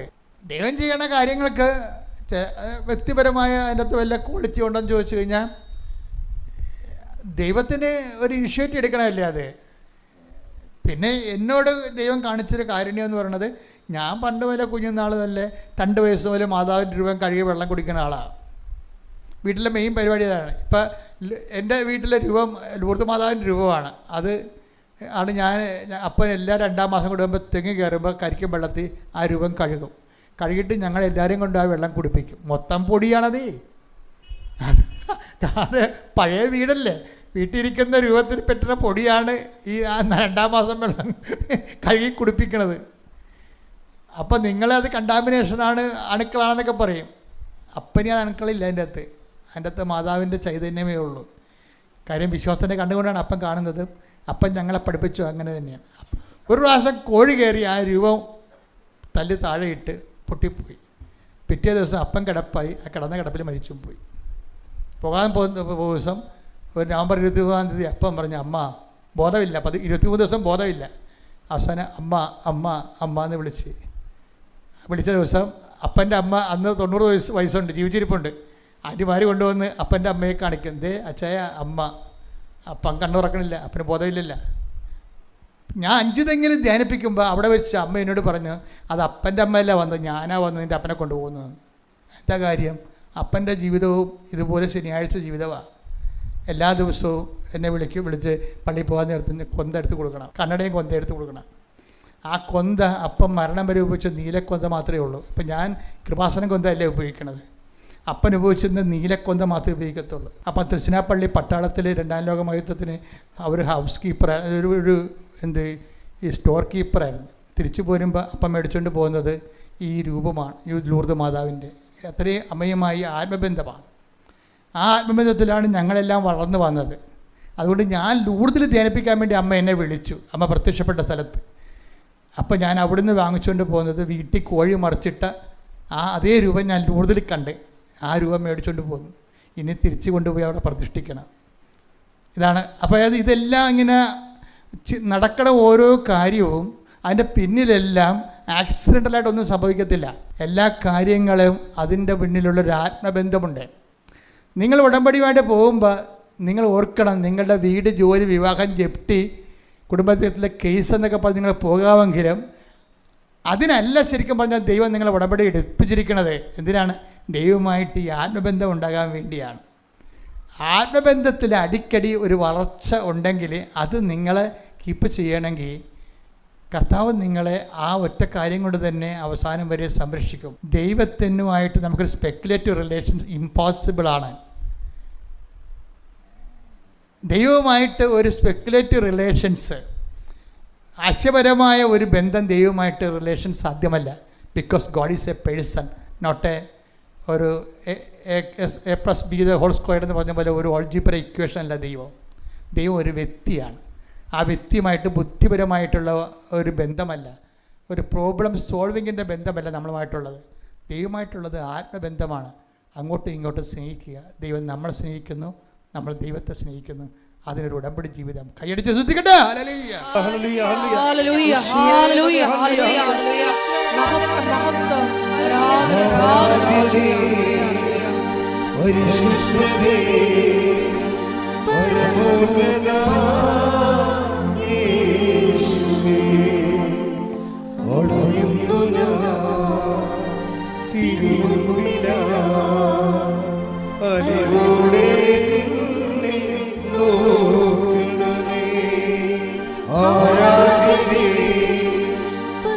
പരിശുദ്ധരേ പരമോന്നത യേശുവേ അണയുന്നു ഞാൻ തിരുമുൻപിലായി അറിവോടെ എന്നെ നോക്കണമേ.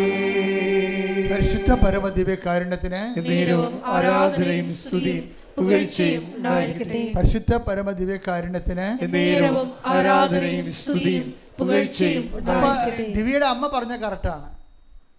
അവളെ മാതാവിൻ്റെ പ്രാർത്ഥന ചൊല്ലാൻ തുടങ്ങി. പ്രാർത്ഥന ചൊല്ലാൻ തുടങ്ങിക്കഴിഞ്ഞപ്പോൾ പ്രത്യക്ഷീകരണ പ്രാർത്ഥന, നിങ്ങൾക്കറിയാമല്ലോ, ഉടമ്പടിയുടെ ആത്മാവെന്ന് പറയുന്നത് എന്താണ്? പ്രത്യക്ഷീകരണ പ്രാർത്ഥനയാണ്. കാര്യം ഉടമ്പടിയിൽ പറയണത് എന്താണ്?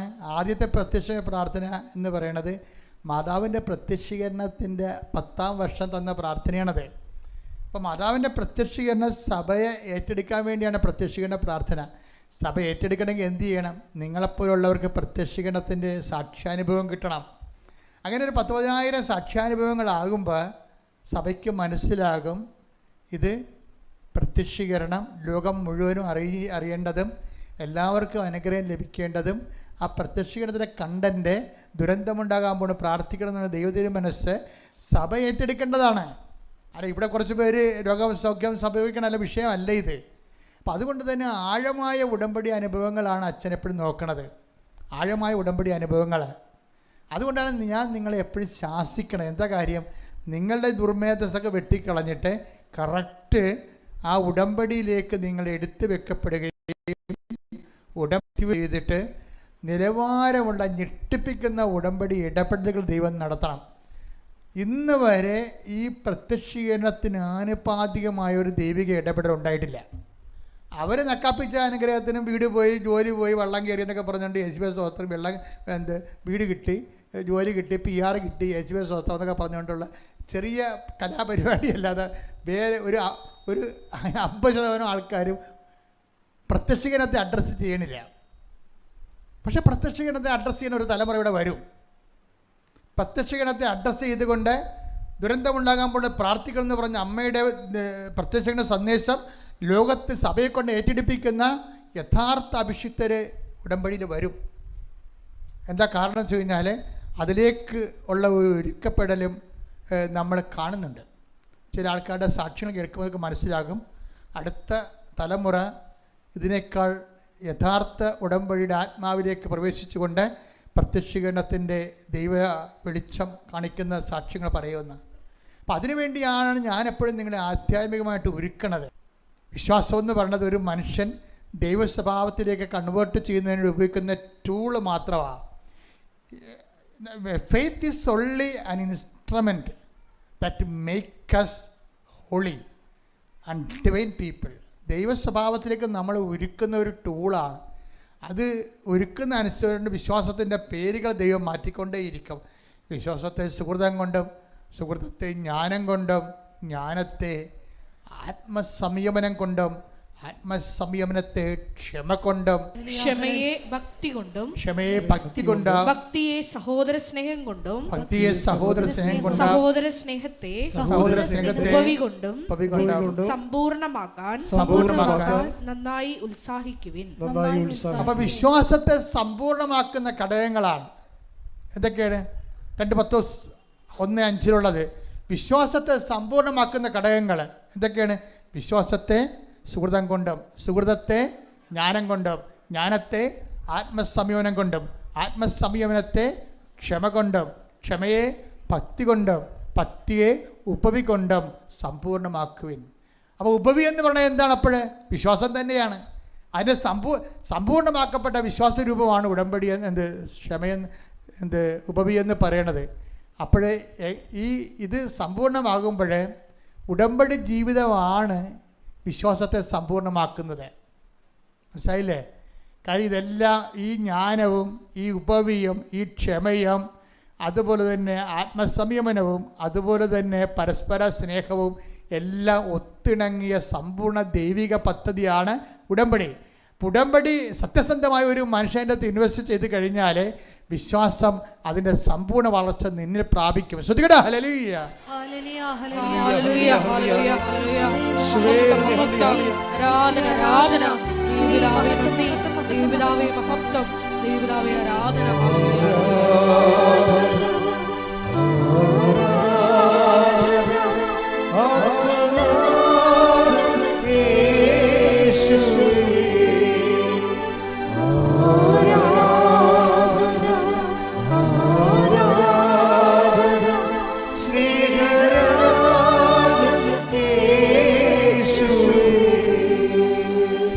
പരമദിവ്യകാരുണ്യത്തിന് ആരാധനയും സ്തുതിയും പുകഴ്ചയും ഉണ്ടായിരിക്കട്ടെ. പരിശുദ്ധ പരമദിവ്യകാരുണ്യത്തിന് ആരാധനയും സ്തുതിയും പുകഴ്ചയും ഉണ്ടായിരിക്കട്ടെ. പരിശുദ്ധ പരമദിവ്യകാരുണ്യത്തിന് ആരാധനയും സ്തുതിയും പുകഴ്ചയും ഉണ്ടായിരിക്കട്ടെ. ഈ ഇത്രയും തിയററ്റിക്കൽ നോളജിന് പ്രാക്ടിക്കൽ ആപ്ലിക്കേഷനായിട്ടാണ് ദിവ്യ എന്ന് പറയുന്ന സാക്ഷ്യം അവതരിപ്പിക്കപ്പെടുന്നത്. ഇപ്പം ദിവ്യയുടെ വിഷയം അമ്മ എന്താ പറഞ്ഞത്? നീ പ്രത്യക്ഷീകരണ പ്രാർത്ഥന ചെല്ലു, മാതാവ് നിൻ്റെ ജീവിതത്തിൽ ഇടപെടുമ്പോൾ ഹെവി വെയിറ്റാണ് സംഭവം. കാര്യം ഇവൾക്ക് ജീവനമേ ഉള്ളൂ. അപ്പം 15 ലക്ഷം കടവുണ്ട്, അനിയത്തിയെ പഠിപ്പിക്കണം. ഇനി ഇവൾക്ക് പഠിക്കേണ്ട സംഭവമാണ്. ജർമ്മനി പോകണമെന്നുണ്ടെങ്കിൽ പഠിക്കേണ്ടത് BSc നേഴ്സിങ്ങിനാണ്. അതുപോലെ തന്നെ ഈ BSc നേഴ്സിങ്ങിന് പഠിക്കുമ്പോൾ തന്നെ ജർമ്മനും പഠിക്കണം. അപ്പോൾ ഇത് പഠിക്കാനുള്ള ആഗ്രഹമുണ്ട്, പക്ഷേ പഠിക്കാനുള്ള കാശില്ല. ഈ പ്രത്യക്ഷീകരണ പ്രാർത്ഥനയാണ് നമുക്ക് ആകപ്പാടെയുള്ള ആസ്തിയുള്ളത്. ഈ പ്രത്യക്ഷീകരണ പ്രാർത്ഥന ചൊല്ലിക്കൊണ്ടിരിക്കുന്ന സമയത്ത് നമുക്കൊരു വിൻഡോ ഓപ്പൺ ചെയ്ത് കിട്ടും. ദൈവാനുഗ്രഹത്തിൻ്റെ ഒരു ജനൽ തുറന്ന് കിട്ടും. അപ്പോൾ ദൈവാനുഗ്രഹത്തിൻ്റെ ജനൽ എന്ന് പറയുന്നത് ഈ GNM പോസ്റ്റ് PSc പഠിക്കാനുള്ള ഒരു ചാൻസാണ്. പോസ്റ്റ് PSc പഠിക്കാനുള്ള ചാൻസ്. ആ പോസ്റ്റ് PSc പഠിക്കാൻ പെട്ടെന്നൊരു ത്രെഡ് കിട്ടി. ഇവൾ പോസ്റ്റ് PSc പഠിക്കാൻ തുടങ്ങാം. അങ്ങനെ പഠിക്കാൻ തുടങ്ങുമ്പോൾ എന്നാ പറ്റും? പിന്നീട് ഈ പ്രത്യക്ഷീകരണ പ്രാർത്ഥന ഇവൾ മറന്നു പോകും. അതാണ് വിഷയം. അത് എപ്പോഴും നമ്മൾ ശ്രദ്ധിക്കേണ്ട ഒരു വിഷയമാണ്. അതായത് മറ്റുള്ളവരെ അടിച്ചേൽപ്പിച്ച് കഴിഞ്ഞാൽ നമ്മൾ ചില സ്ഥലത്തൊക്കെ ഈ ഒട്ടിച്ചൊക്കെ വെക്കത്തില്ലേ, കാറ്റ് വരുമ്പോൾ പറന്നു പോകും. ഉടമ്പടി ഒട്ടിച്ച് വെക്കാൻ പറ്റത്തില്ല. കാറ്റ് വരുമ്പോൾ പറന്നു പോകും. ഒരു കാറ്റ് വന്നാൽ മതി. ഉടമ്പടി അമ്മ ഒട്ടിച്ച് വെച്ച് ഇവളുടെ ജീവിതത്തിൽ നീ പ്രത്യക്ഷീകരണ പ്രാർത്ഥന ചെല്ലാന്ന് പറഞ്ഞു. പക്ഷേ പഠിത്തം തുടങ്ങിയപ്പോൾ തന്നെ പ്രത്യക്ഷീകരണ പ്രാർത്ഥന മുടങ്ങി. 5:30 എഴുന്നേക്കാനൊന്നും പറ്റണില്ല കക്ഷിക്ക്. ഇവിടെ തന്നിരിക്കുന്ന പ്രശ്നം എന്ത്? 5:30 എന്ന് പറയുന്നത് ടൈമാണ്. അതിന് നല്ല ഇൻവെസ്റ്റ് ചെയ്തില്ലെങ്കിൽ എഴുന്നേക്കാൻ പറ്റത്തില്ല. 5:30 പ്രാർത്ഥന നിങ്ങൾ 6:00 ചെല്ലിട്ട് കാര്യമില്ല. It is ക്യാൻസൽഡാണ്. 5:30 പ്രാർത്ഥന 5:30 തന്നെ ചെല്ലണം. അമ്മ ആദ്യം പറഞ്ഞു. അപ്പം നിങ്ങളുടെ രീതിയിൽ ടൈം മാറ്റാൻ പറ്റത്തില്ല. ഉടമ്പടിയുടെ ഒരു കാര്യവും, ഉടമ്പടി കൃപാസനത്തിന് അമ്മ നൽകിയിട്ടുള്ള സ്വർഗീയമായ വെളിപ്പാടുകളാണ്. അത് നിങ്ങളെ പരിച്ചാരികൾ കൊണ്ട് വീട്ടിൽ പോയി അതൊക്കെ മാറ്റാനൊന്നും പറ്റത്തില്ല. അതിൻ്റെ ഒരു സാധനം മാറ്റാൻ പറ്റത്തില്ല. 5:30 എന്ന് പറഞ്ഞ ഒരു ടൈം ഉണ്ടെന്നെങ്കിൽ ഈ സംഭവം ഉടമ്പടിയുടെ പ്രാർത്ഥന നടക്കുന്നതാണ്. അല്ല 5:30 6:00 ഇല്ലാൽ മതി, 5:30 ഇല്ല 6 മണിക്ക് ഇല്ലാൽ മതി, ഒരു പണി നടക്കത്തില്ല. ആ ടൈം പോയാൽ പ്രാർത്ഥന ക്യാൻസൽഡാണ്. അതെപ്പോഴും കാര്യം അതിന് നല്ല പെയിൻ എടുക്കണം. നല്ല പെയിൻ എടുത്തില്ലെങ്കിൽ 5:30 എല്ലാം പറ്റത്തില്ല. പ്രാർത്ഥന അല്ല പ്രശ്നം, അവിടുത്തെ ടൈമാണ് പ്രശ്നം. പ്രാർത്ഥനയേക്കാൾ പ്രശ്നം ടൈമാണ്. പ്രാർത്ഥന ആർക്കാണ് ചെല്ലാൻ പറ്റാത്തത്? പക്ഷേ ആ ടൈമിൽ എഴുന്നേറ്റ് ചെല്ലണം. അതിൻ്റെ ഡിസിപ്ലിനാണ് ഇതിൻ്റെ. അത് നിങ്ങൾ തെറ്റിക്കരുത്. ഇവൾ സമയം തെറ്റിച്ചു. ഇവളുടെ എല്ലാ സംഭവവും മാതാവ് ഓപ്പൺ ചെയ്ത ഡോറെല്ലാം മാതാവ് അടച്ചു. നിങ്ങൾ അടച്ചു കഴിഞ്ഞാൽ ഒരു കുഴപ്പമുണ്ട്. അമ്മയുടെ ഡോറും അടക്കും. അതാണ് എൻ്റെ വിഷയം. അതാണ് കയ്യ നനയാതെ മീൻ പിടിക്കാമെന്ന് ആരും വിചാരിക്കരുത്. നടക്കത്തില്ല. നിങ്ങൾക്ക് അവനെ പറ്റിപ്പ് പരിപാടി ജനിച്ച കാലം മുതൽ ഉള്ളതാണ്. പക്ഷേ അതിന് ഉടമ്പടിയിൽ അഭ്യാസം കാണിക്കരുത്. പറ്റിപ്പ് പരിപാടി ജനിച്ച കാലം മുതൽ ഉള്ളതായിരിക്കും ചിലപ്പോൾ. പക്ഷേ ഉടമ്പടിയിൽ അഭ്യാസം കാണിക്കരുത്. വെറുതെ വന്ന്, അതാണ് ഞാൻ പറഞ്ഞത്, ആലപ്പുഴ വന്ന് പണി മേടിക്കരുത്. എല്ലാം കുളമായി ഇവിടെ പഠിപ്പുമൊക്കെ കുലച്ച് എല്ലാം തീർന്നു. വീണ്ടും ഈ എണി പാമ്പ് കളിയിൽ പാമ്പ് കൊത്തി 2 കൊണ്ടുവന്ന് വെച്ച്. പിന്നെയും കുറച്ച് കഴിയുമ്പോൾ അമ്മ ഇവളെ പറയടി, അമ്മയുടെ പ്രത്യക്ഷീകരണ പ്രാർത്ഥന നീ ഉഴപ്പിയല്ലേ, അതാണിപ്പോൾ എല്ലാം കുപ്പ് കുത്തിയിരിക്കണത്, 2 തുടങ്ങിയതെന്ന് പറഞ്ഞു. ഇവിടെ പൈസക്കേട് നല്ല കൊച്ചാണ്, കുഴപ്പക്കാര്യത്തൊന്നുമല്ല. പക്ഷേ ഉഴപ്പ്, ആത്മീയ കാര്യങ്ങളൊക്കെ ഉഴപ്പ് ആന്തരിക ബോധ്യമില്ലാത്തതുകൊണ്ട് ഉണ്ടാകുന്നതാണ്. ആത്മീയ കാര്യങ്ങളെ കുഴപ്പ് ആന്തരിക ബോധ്യമില്ലാത്തതുകൊണ്ട് ഉണ്ടാകുന്നതാണ്. അടിച്ചേൽപ്പിച്ച ആത്മീയതയ്ക്ക് ഉണ്ടാകുന്നൊരു കുഴപ്പമാണത്. അതുകൊണ്ട് ഇത് രണ്ടാമത് തുടങ്ങിയപ്പോൾ വീണ്ടും ഇവൾക്ക് പഠിക്കാനും അതുപോലെ തന്നെ ജർമ്മൻ പഠിക്കാനും ഒരച്ഛൻ ഇവളെ സഹായിക്കാവുന്നേറ്റ്. ഇവിടെ റിലേറ്റീവായിട്ടുള്ളൊരു അച്ഛനാണ് വളരെ, പക്ഷേ ഇവർ തമ്മിൽ കണ്ടിട്ടില്ല, പഴയ ഡിസ്റ്റൻ്റ് റിലേറ്റീവാണ്. അച്ഛൻ ഇവളെ സഹായിക്കാവുന്നേറ്റു. അങ്ങനെ അച്ഛൻ ചിലവെല്ലാം മുടക്കി ഇവളെ പഠിപ്പിച്ചുകൊണ്ടിരിക്കുകയാണ്. അപ്പോൾ നിങ്ങൾക്ക് മനസ്സിലായില്ലേ ഇപ്പോൾ അച്ഛനൊക്കെ ഇപ്പോൾ എങ്ങനെയാണ് പ്രത്യക്ഷപ്പെട്ടത്? അമ്മയുടെ അടുത്ത് എല്ലാ കക്ഷികളും ഉണ്ട്. നമ്മൾ ഈ അഭ്യാസം കാണിച്ചിട്ടാണ് നമ്മുടെ തന്നെ കുതികാലം നമ്മൾ തന്നെ വെട്ടുകയാണേ. അമ്മയുടെ അടുത്ത് എല്ലാ കക്ഷികളും ഉണ്ട്. ഓരോ സമയത്ത് നിന്നെ സഹായിക്കാൻ പറ്റിയ കാര്യങ്ങളെല്ലാം അമ്മയ്ക്കറിയാം. പക്ഷെ നമ്മുടെ കയ്യിൽ ഈ ഫ്രോഡ് പരിപാടി ഉള്ളത് കാരണം ഈ ഫ്രോഡ് ആൾക്കാർക്ക് ഒന്നും ദൈവത്തിൻ്റെ ഒരു പ്രശ്നം, ഈ ഏറ്റവും മോസ്റ്റ് മോഡേൺ കമ്പ്യൂട്ടർ പോലെയാണ്. ഒരു എറർ വന്നാൽ ഷട്ട് ഡൗൺ ആയി പോകും. നിനക്ക് ഒരിക്കലും ഒരു ഫ്രോഡ് പാർട്ടിക്ക് ദൈവമായിട്ട് മുന്നോട്ട് പോകാൻ പാടായിരിക്കും. ഭയങ്കര ജാഗ്രത വേണം. ഇതിനകത്ത് വല്ല ഫ്രോഡ് പരിപാടിയും കയറുന്നുണ്ടോ? ഒന്നാമത്തിൽ മറ്റുള്ള ദൈവമായിട്ട് ഇടപെടുമ്പോൾ ശ്രദ്ധിക്കേണ്ടത്, ദൈവത്തിന് ഭാവി വർത്തമാനം പോലെ കാണാവുന്നത് കാരണം ഭാവിയിൽ നീ ഉഴപ്പുമ്പോഴും ഇപ്പോഴത് കയറി വരൂട. അതാണ് പ്രശ്നം. നീ ഇതെല്ലാം കഴിഞ്ഞ് ജോലിയും കിട്ടി നിൻ്റെ വഴിയെ പോയി ആരെങ്കിലും വിശ്വാസമില്ലാത്തവനൊക്കെ പ്രേമിച്ച് നീ കല്യാണം കഴിച്ച് വിശ്വാസമില്ലാത്ത കുഞ്ഞുങ്ങളെ ജനിപ്പിച്ച് ഇതൊക്കെ ദൈവത്തിന് ഇപ്പം അറിയാം. അതാണ് പ്രശ്നം. അതാണ് ഭയങ്കര. നിങ്ങളെ ഭാവി വരെ ഇൻഷുർ ചെയ്തുകൊണ്ട് വേണം ആത്മീയതയിലേക്ക് വരാൻ. അല്ലാതെ ഇന്നിപ്പോൾ കാര്യം കാണാൻ വേണ്ടി ദൈവത്തിൻ്റെ കാലിൽ പിടിച്ചേക്കാം, എന്നിട്ട് ഞാൻ രക്ഷപ്പെട്ട് കഴിയുമ്പോൾ പിശാചിനെ കാലിൽ പിടിക്കാമെന്നൊക്കെ വിചാരിച്ചാൽ ഈ ഫ്രോഡ് പരിപാടിക്ക് ദൈവം നടക്കത്തില്ല. അതുകൊണ്ട് നിങ്ങൾക്ക് ചെയ്യാനുള്ളൊരു പ്രശ്നം, നിങ്ങളുടെ ഭാവി ജീവിതത്തിൻ്റെ കുറിച്ച് നിങ്ങൾക്ക് സുവിശേഷ വിഹിതവും വിശ്വാസപരവുമായ ഒരു നിലപാടെടുക്കണം. വിശ്വാസത്തിന് വിരുദ്ധമായ എൻ്റെ മരണം വരെ ഞാനൊന്നും ചെയ്യത്തില്ലെന്ന് ദൈവത്തോട് പറയണം. അതാണ് ഉടമ്പടി എന്ന് പറയുന്നത്. ഉടമ്പടിക്കുള്ളിലെ ഉടമ്പടി. ഇപ്പം നിങ്ങൾ ഉടമ്പടി ചെയ്തിട്ടുണ്ടെങ്കിലും നിങ്ങളുടെ മനസ്സിൽ നിങ്ങൾ പറയണം, ദൈവമേ, ഇതെല്ലാം ഉടമ്പടി കാലം കഴിഞ്ഞാലും വിശ്വാസത്തിന് വിരുദ്ധമായി ഞാനൊരു ജീവിതം ആരുമായിട്ടും ജീവിക്കത്തില്ല എന്ന് ദൈവത്തോട് നിങ്ങൾ നേരത്തെ ഒരു ഇൻറ്റേർണൽ അൺസീൻ കവനൻ്റ് ചെയ്യണം. അത് കാര്യം ദൈവം നിങ്ങൾ ചെയ്തില്ലെങ്കിലും ദൈവം അത് നിരീക്ഷിക്കുന്നുണ്ട്. ചില പെൺപിള്ളേരൊക്കെ ഇവിടെ വന്ന് അച്ഛനെ കാണുന്നില്ലേ, അപ്പം ഇത് ഈ പരീക്ഷയുടെ തലയെ കൈവെക്കുമ്പോൾ തന്നെ എനിക്കറിയാം ഇത് പൊട്ട ജീവിതത്തിലുള്ള ആളാണ്, ചുമ്മാ ഇപ്പോഴത്തെ കാര്യത്തിന് വേണ്ടി വന്നിരിക്കുകയാണ്. ഞാൻ ആ പിശാചിനോട് മിണ്ടത്തില്ല ഒരിക്കലും. എന്താ കാര്യം? ഇവൾ ദൈവത്തെ സോപ്പിട്ട് തൽക്കാലത്തുള്ള കാര്യം അടിച്ചു മാറ്റാൻ വന്നിരിക്കുകയാണ്. ഇവളുടെ ആത്മാവ് ഇവൾ പിശാചിനെ കൊടുത്തിട്ട് വിശ്വാസരാഹിത്യമുള്ള ബന്ധുവായിട്ട് ജീവിക്കുകയാണ്. അതൊക്കെ എനിക്കറിയാം. അപ്പോൾ പക്ഷേ എന്ത് ചെയ്യാനാണ്? ആൾക്കാരെ വന്ന് പെട്ടില്ലേ, അപ്പോൾ ജസ്റ്റ് തൊട്ട് വിടും, അത്രയേ ഉള്ളൂ. അപ്പം നിങ്ങൾ ഓർക്കരുത്, നിങ്ങളുടെ ഈ കള്ളത്തരമൊക്കെ ഒന്നും ദൈവം കണ്ടുപിടിക്കണില്ല. നിങ്ങളുടെ എല്ലാ പൊക്കിരിത്തരത്തിനും ദൈവം കുടയും പിടിച്ച് നടക്കണമെന്ന് വിചാരിക്കരുത്. അതുകൊണ്ട് തന്നെ വളരെ ശ്രദ്ധിച്ച് വേണം ദൈവമായിട്ടുള്ള ഉടമ്പടി ജീവിതം എന്ന് പറയുമ്പോൾ. ഉടമ്പടിക്ക് പുറത്ത് മറ്റൊരു അൺസീൻ ഉടമ്പടി നിങ്ങൾ ഉണ്ടാക്കണം. ഉടമ്പടിക്ക് പുറത്ത് അങ്ങനെ ഉണ്ടാക്കിയില്ലെന്നുണ്ടെങ്കിൽ അതിൻ്റെ ബലക്ഷയം ഈ ഉടമ്പടിയെ കയറി പിടിക്കും. ഇപ്പം എന്നാ പറ്റിയത്? കർത്താവിൻ്റെ കയ്യിൽ ആളുകൊണ്ട്, അർത്ഥമുണ്ട്, എപ്പോൾ കൊടുക്കണമെന്നറിയാം, എങ്ങനെ കൊടുക്കണമെന്നറിയാം. പക്ഷെ നമ്മൾ മേടിക്കത്തില്ലല്ലോ. നമ്മുടെ ഫ്രോഡ് പരിപാടിയും സ്വഭാവം കാരണം വാങ്ങിക്കാൻ അനുവദിക്കരുത്. കുറച്ച് സമയത്ത് ഇങ്ങനെ ഉശിരോടുകൂടി പ്രാർത്ഥിച്ചും പത്രം കൊടുത്തൊക്കെ നടക്കും. 2 ആഴ്ച കഴിയുമ്പോൾ ശങ്കരൻ പിന്നെയും തെങ്ങെ തന്നെ, പ്രാർത്ഥനയും കുറഞ്ഞ് പിന്നെ ഉറക്കമായി, പിന്നെ എഴുന്നേറ്റ് വരുമ്പോൾ തന്നെ 7 മണിയായി, തീർന്ന്. അപ്പം അങ്ങനെ വരുമ്പോൾ എപ്പോഴും ഈ വിഷയത്തിൽ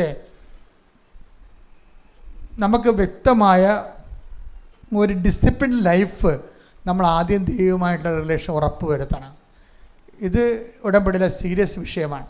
കാര്യം മുന്തിയ നിലവാരമുള്ള സാക്ഷ്യാനുഭവങ്ങൾ തരാൻ ദൈവം തയ്യാറാണ്, പക്ഷെ മേടിക്കാൻ നമ്മൾ തയ്യാറല്ല. അതാണ് ഞാൻ പലപ്പോഴും കണ്ടുമുട്ടുന്ന ഒരു ദുരന്തമായ സത്യം. തരാൻ ദൈവം തയ്യാറാണ്, പക്ഷെ വാങ്ങിക്കാൻ നമ്മൾ തയ്യാറല്ല. കാര്യം അതിനകത്ത് ഇൻവെസ്റ്റ്മെൻ്റ് ഉണ്ട്. പിന്നെയും ദിവ്യ പഴയതുപോലെ ഭംഗിയായിട്ട് തിരിച്ച് ദൈവത്തിലേക്ക് വരും. അവൾ വന്ന് ഉടമ്പടി എടുക്കും, ഇവിടെ വന്ന് ഉടമ്പടി എടുക്കും. ഉടമ്പടി എടുത്ത് കഴിയുമ്പോഴാണ് ഇവൾക്ക് പുതിയ വാതിൽ തുറന്നു കൊടുക്കുന്നത്. എങ്ങനെയാണ്? ജർമ്മൻ പഠിക്കാൻ, ഫ്രീ ആയിട്ട് പഠിക്കാൻ വേണ്ടി, അതുപോലെ തന്നെ പോസ്റ്റ് PhD പഠിക്കാൻ വേണ്ടി സ്പോൺസർ ആകണത്. പക്ഷേ ആ സ്പോൺസർ ആകണമെങ്കിലും ഈ ഉടമ്പടി പിന്നീട് ആൾ പിന്നെ പതുക്കെ ഉഴപ്പും. ഉടമ്പടി എടുത്തിട്ട് ഉഴപ്പും. ഉടമ്പടി എടുത്തിട്ട് ഉഴപ്പിക്കുമ്പോൾ എന്നാ പറ്റണമെന്നറിയാമോ? നിങ്ങളെപ്പോഴും ഉള്ള വിഷയം എന്ന് പറയണത്, നമ്മൾ ഒരു കാര്യം നടന്നു കഴിഞ്ഞാൽ പിന്നെ നമ്മൾ ഇപ്പോൾ ഒരു അത്യാവശ്യം നമ്മളെ തിരക്കി നമ്മൾ ഇങ്ങനെ വറയിട്ടോണ്ടിരിക്കണം വിചാരിച്ചോ. അപ്പോൾ വറയിട്ടോണ്ടിരിക്കുന്ന സമയത്ത് ഉള്ളിയും കടുകിട്ട് പക്ഷെ ചട്ടകം കാണാനില്ല. നമ്മൾ വറയിട്ടോണ്ടിരിക്കുകയാണ്. അപ്പോൾ എണ്ണയ്ക്ക് സ്റ്റവ് കൊടുത്ത് അതിന് കടുകിട്ട് പിന്നെ ഉള്ളിയിട്ട് എന്ന് ഇരിക്കുമ്പോൾ സമയത്ത് അയ്യോ ചട്ടകം എന്തേന്ന് ഇരിക്കും, ചട്ടകം കാണാനില്ല. പിന്നെ അവിടെ കിടന്ന് കാറിക്കൂവി ലോകം മുഴുവനും പുളർന്ന് ചട്ടകം എവിടുന്നെങ്കിലും ഒപ്പിച്ചെടുക്കും. 2 ഇളക്കിളക്കിയിട്ട് പിന്നെ ചട്ടകം എവിടെ വെക്കണമെന്ന് ആ ബോധമില്ല, ചട്ടകം പോയി. അടുത്ത വറയിടുമ്പോഴാണ് ചട്ടകം തിരക്കണത്. പിന്നെ ഈ മന്ദബുദ്ധിയുടെ പ്രശ്നം അതാണ്. കാര്യം ആ കാര്യം കണ്ടു കഴിഞ്ഞാൽ പിന്നെ ഇവർ ചട്ടകം ഡിസ്പോസ് ചെയ്യും. ചട്ടകം എവിടെ വെച്ചെന്ന് ഇവർക്ക് അറിയാൻ പറ്റില്ല. അവർ ചോറും വിളമ്പി ആ പാത്രം കഴിയൊക്കെ വെച്ച് പിന്നെയും ഒരു പ്രശ്നം വരുമ്പോഴാണ് അയ്യോ ചട്ടകം എന്തേന്ന് തിരക്കണത്. അതുപോലെയാണ് പലപ്പോഴും ഉടമ്പടിക്ക് സംഭവിക്കുന്നത്. ഓരോ വിഷയം നേടിക്കഴിയണവരെ ആക്രാന്തം കാണിച്ച് കർത്താവിൻ്റെ കൂടെ നിൽക്കും. നേടിക്കഴിഞ്ഞ് കഴിയുമ്പോൾ ഉടമ്പടി ഉപേക്ഷിക്കും. പിന്നെ കുർബാനയില്ല, കുമ്പസാരമില്ല, അതുപോലെ തന്നെ ഉപയോഗപ്രവർത്തനങ്ങളില്ല, അതിനായ സന്ദർശനമില്ല. ഇങ്ങനെ പിന്നെയും സാധനം താഴേക്ക് വരും. എന്തെങ്കിലും പ്രശ്നം ഉണ്ടാകുമ്പോൾ പിന്നെയും എന്തെങ്കിലുമൊക്കെ കാണിച്ചു പോയിക്കോട്ടും.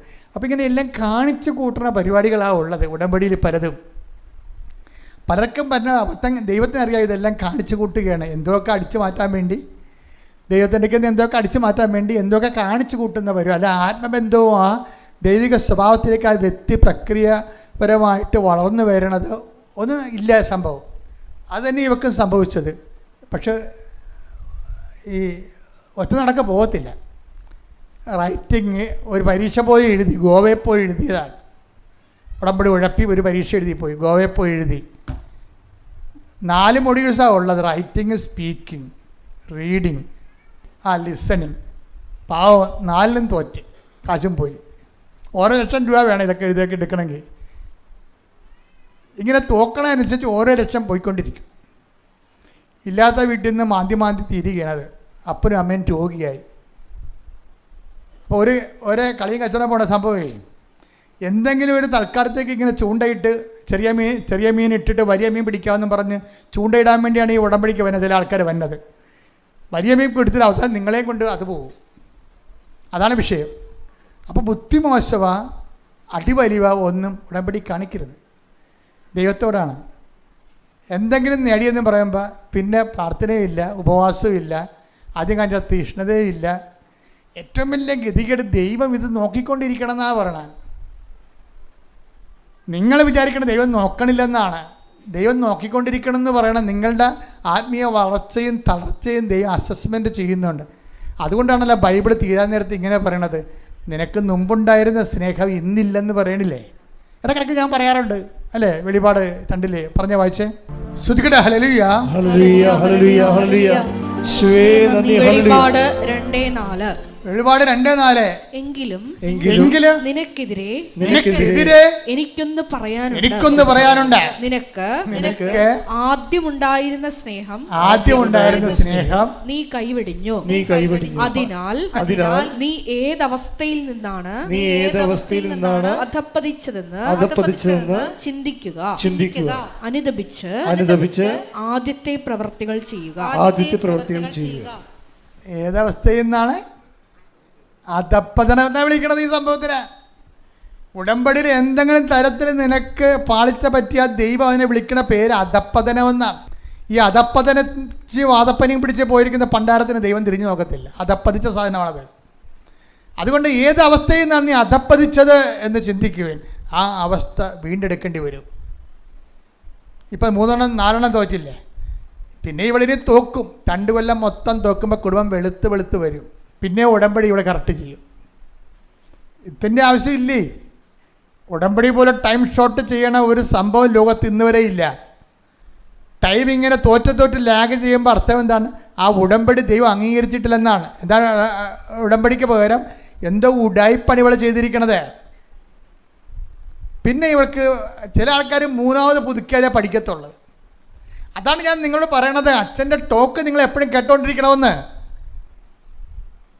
അച്ഛൻ്റെ ടോക്ക് കേൾക്കാതെ വരുമ്പോഴാണ് പതുക്കെ ഈ കാര്യം അറിയാതെ പ്രത്യക്ഷീണ പ്രാർത്ഥനയെ ഉപ്പുതുള്ളലുമായിട്ട് അവസാനിപ്പിക്കും. ഇത് ഒന്നും അറിയണില്ലല്ലോ, എങ്ങനെയാണ് ദൈവം പ്രവർത്തിക്കണമെന്ന് അറിയത്തില്ല.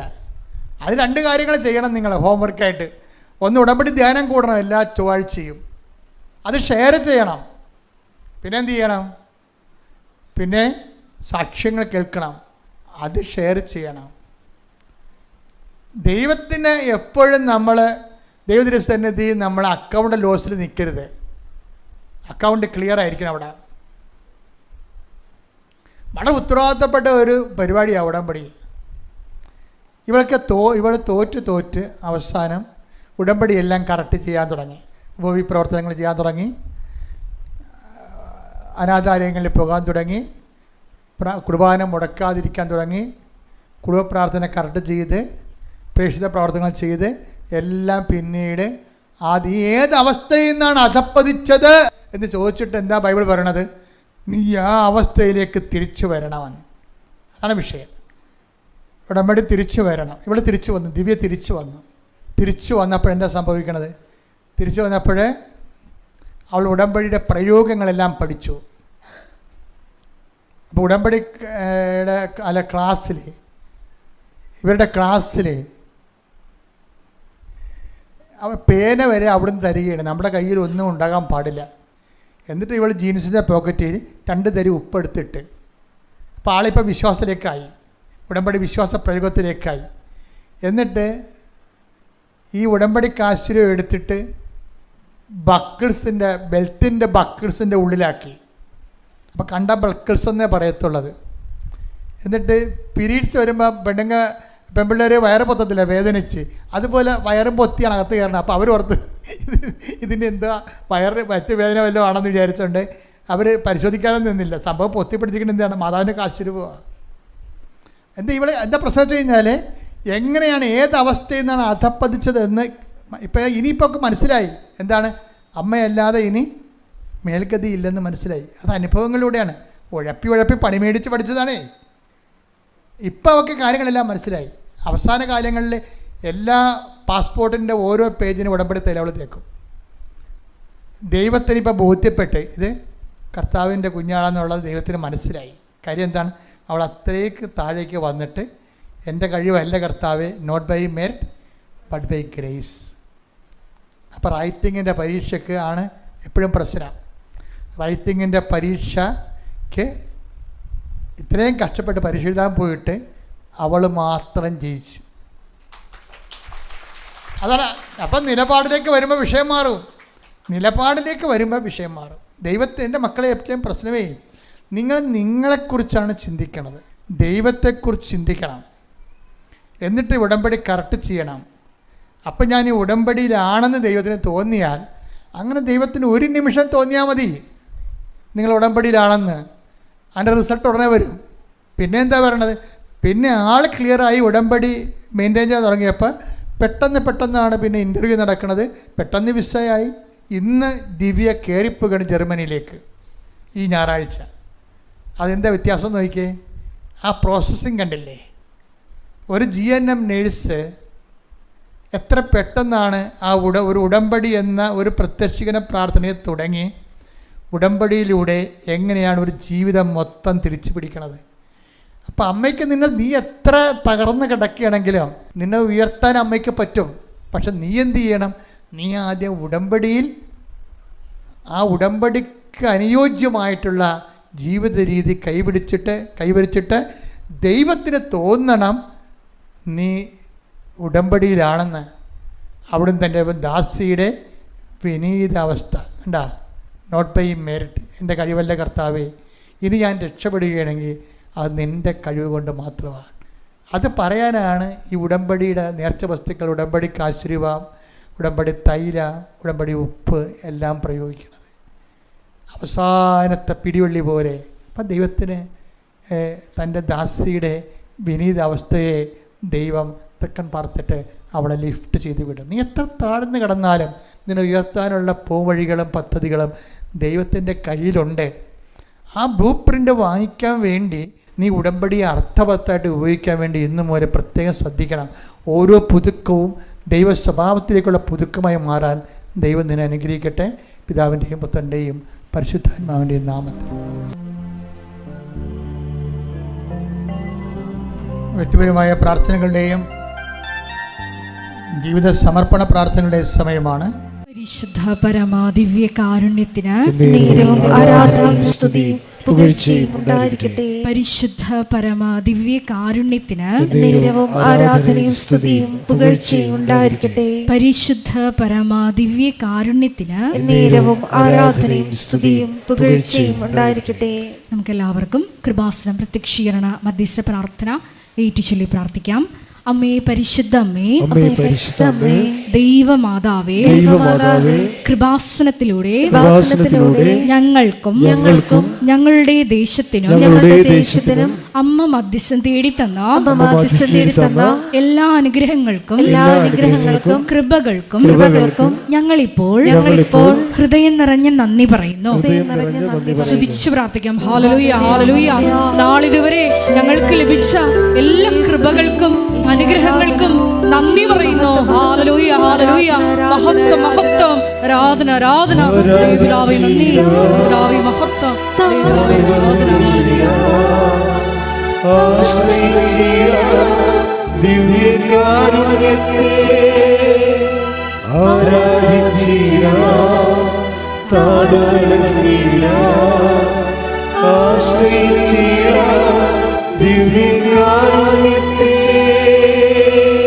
പരിശുദ്ധ പരമാദിവ്യ കാരുണ്യത്തിന് ആരാധനയും സ്തുതിയും പുകഴ്ചയും ഉണ്ടായിരിക്കട്ടെ. പരിശുദ്ധ പരമാദിവ്യ കാരുണ്യത്തിന് ആരാധനയും സ്തുതിയും പുകഴ്ചയും ഉണ്ടായിരിക്കട്ടെ. പരിശുദ്ധ പരമാദിവ്യ കാരുണ്യത്തിന് ആരാധനയും സ്തുതിയും പുകഴ്ചയും ഉണ്ടായിരിക്കട്ടെ.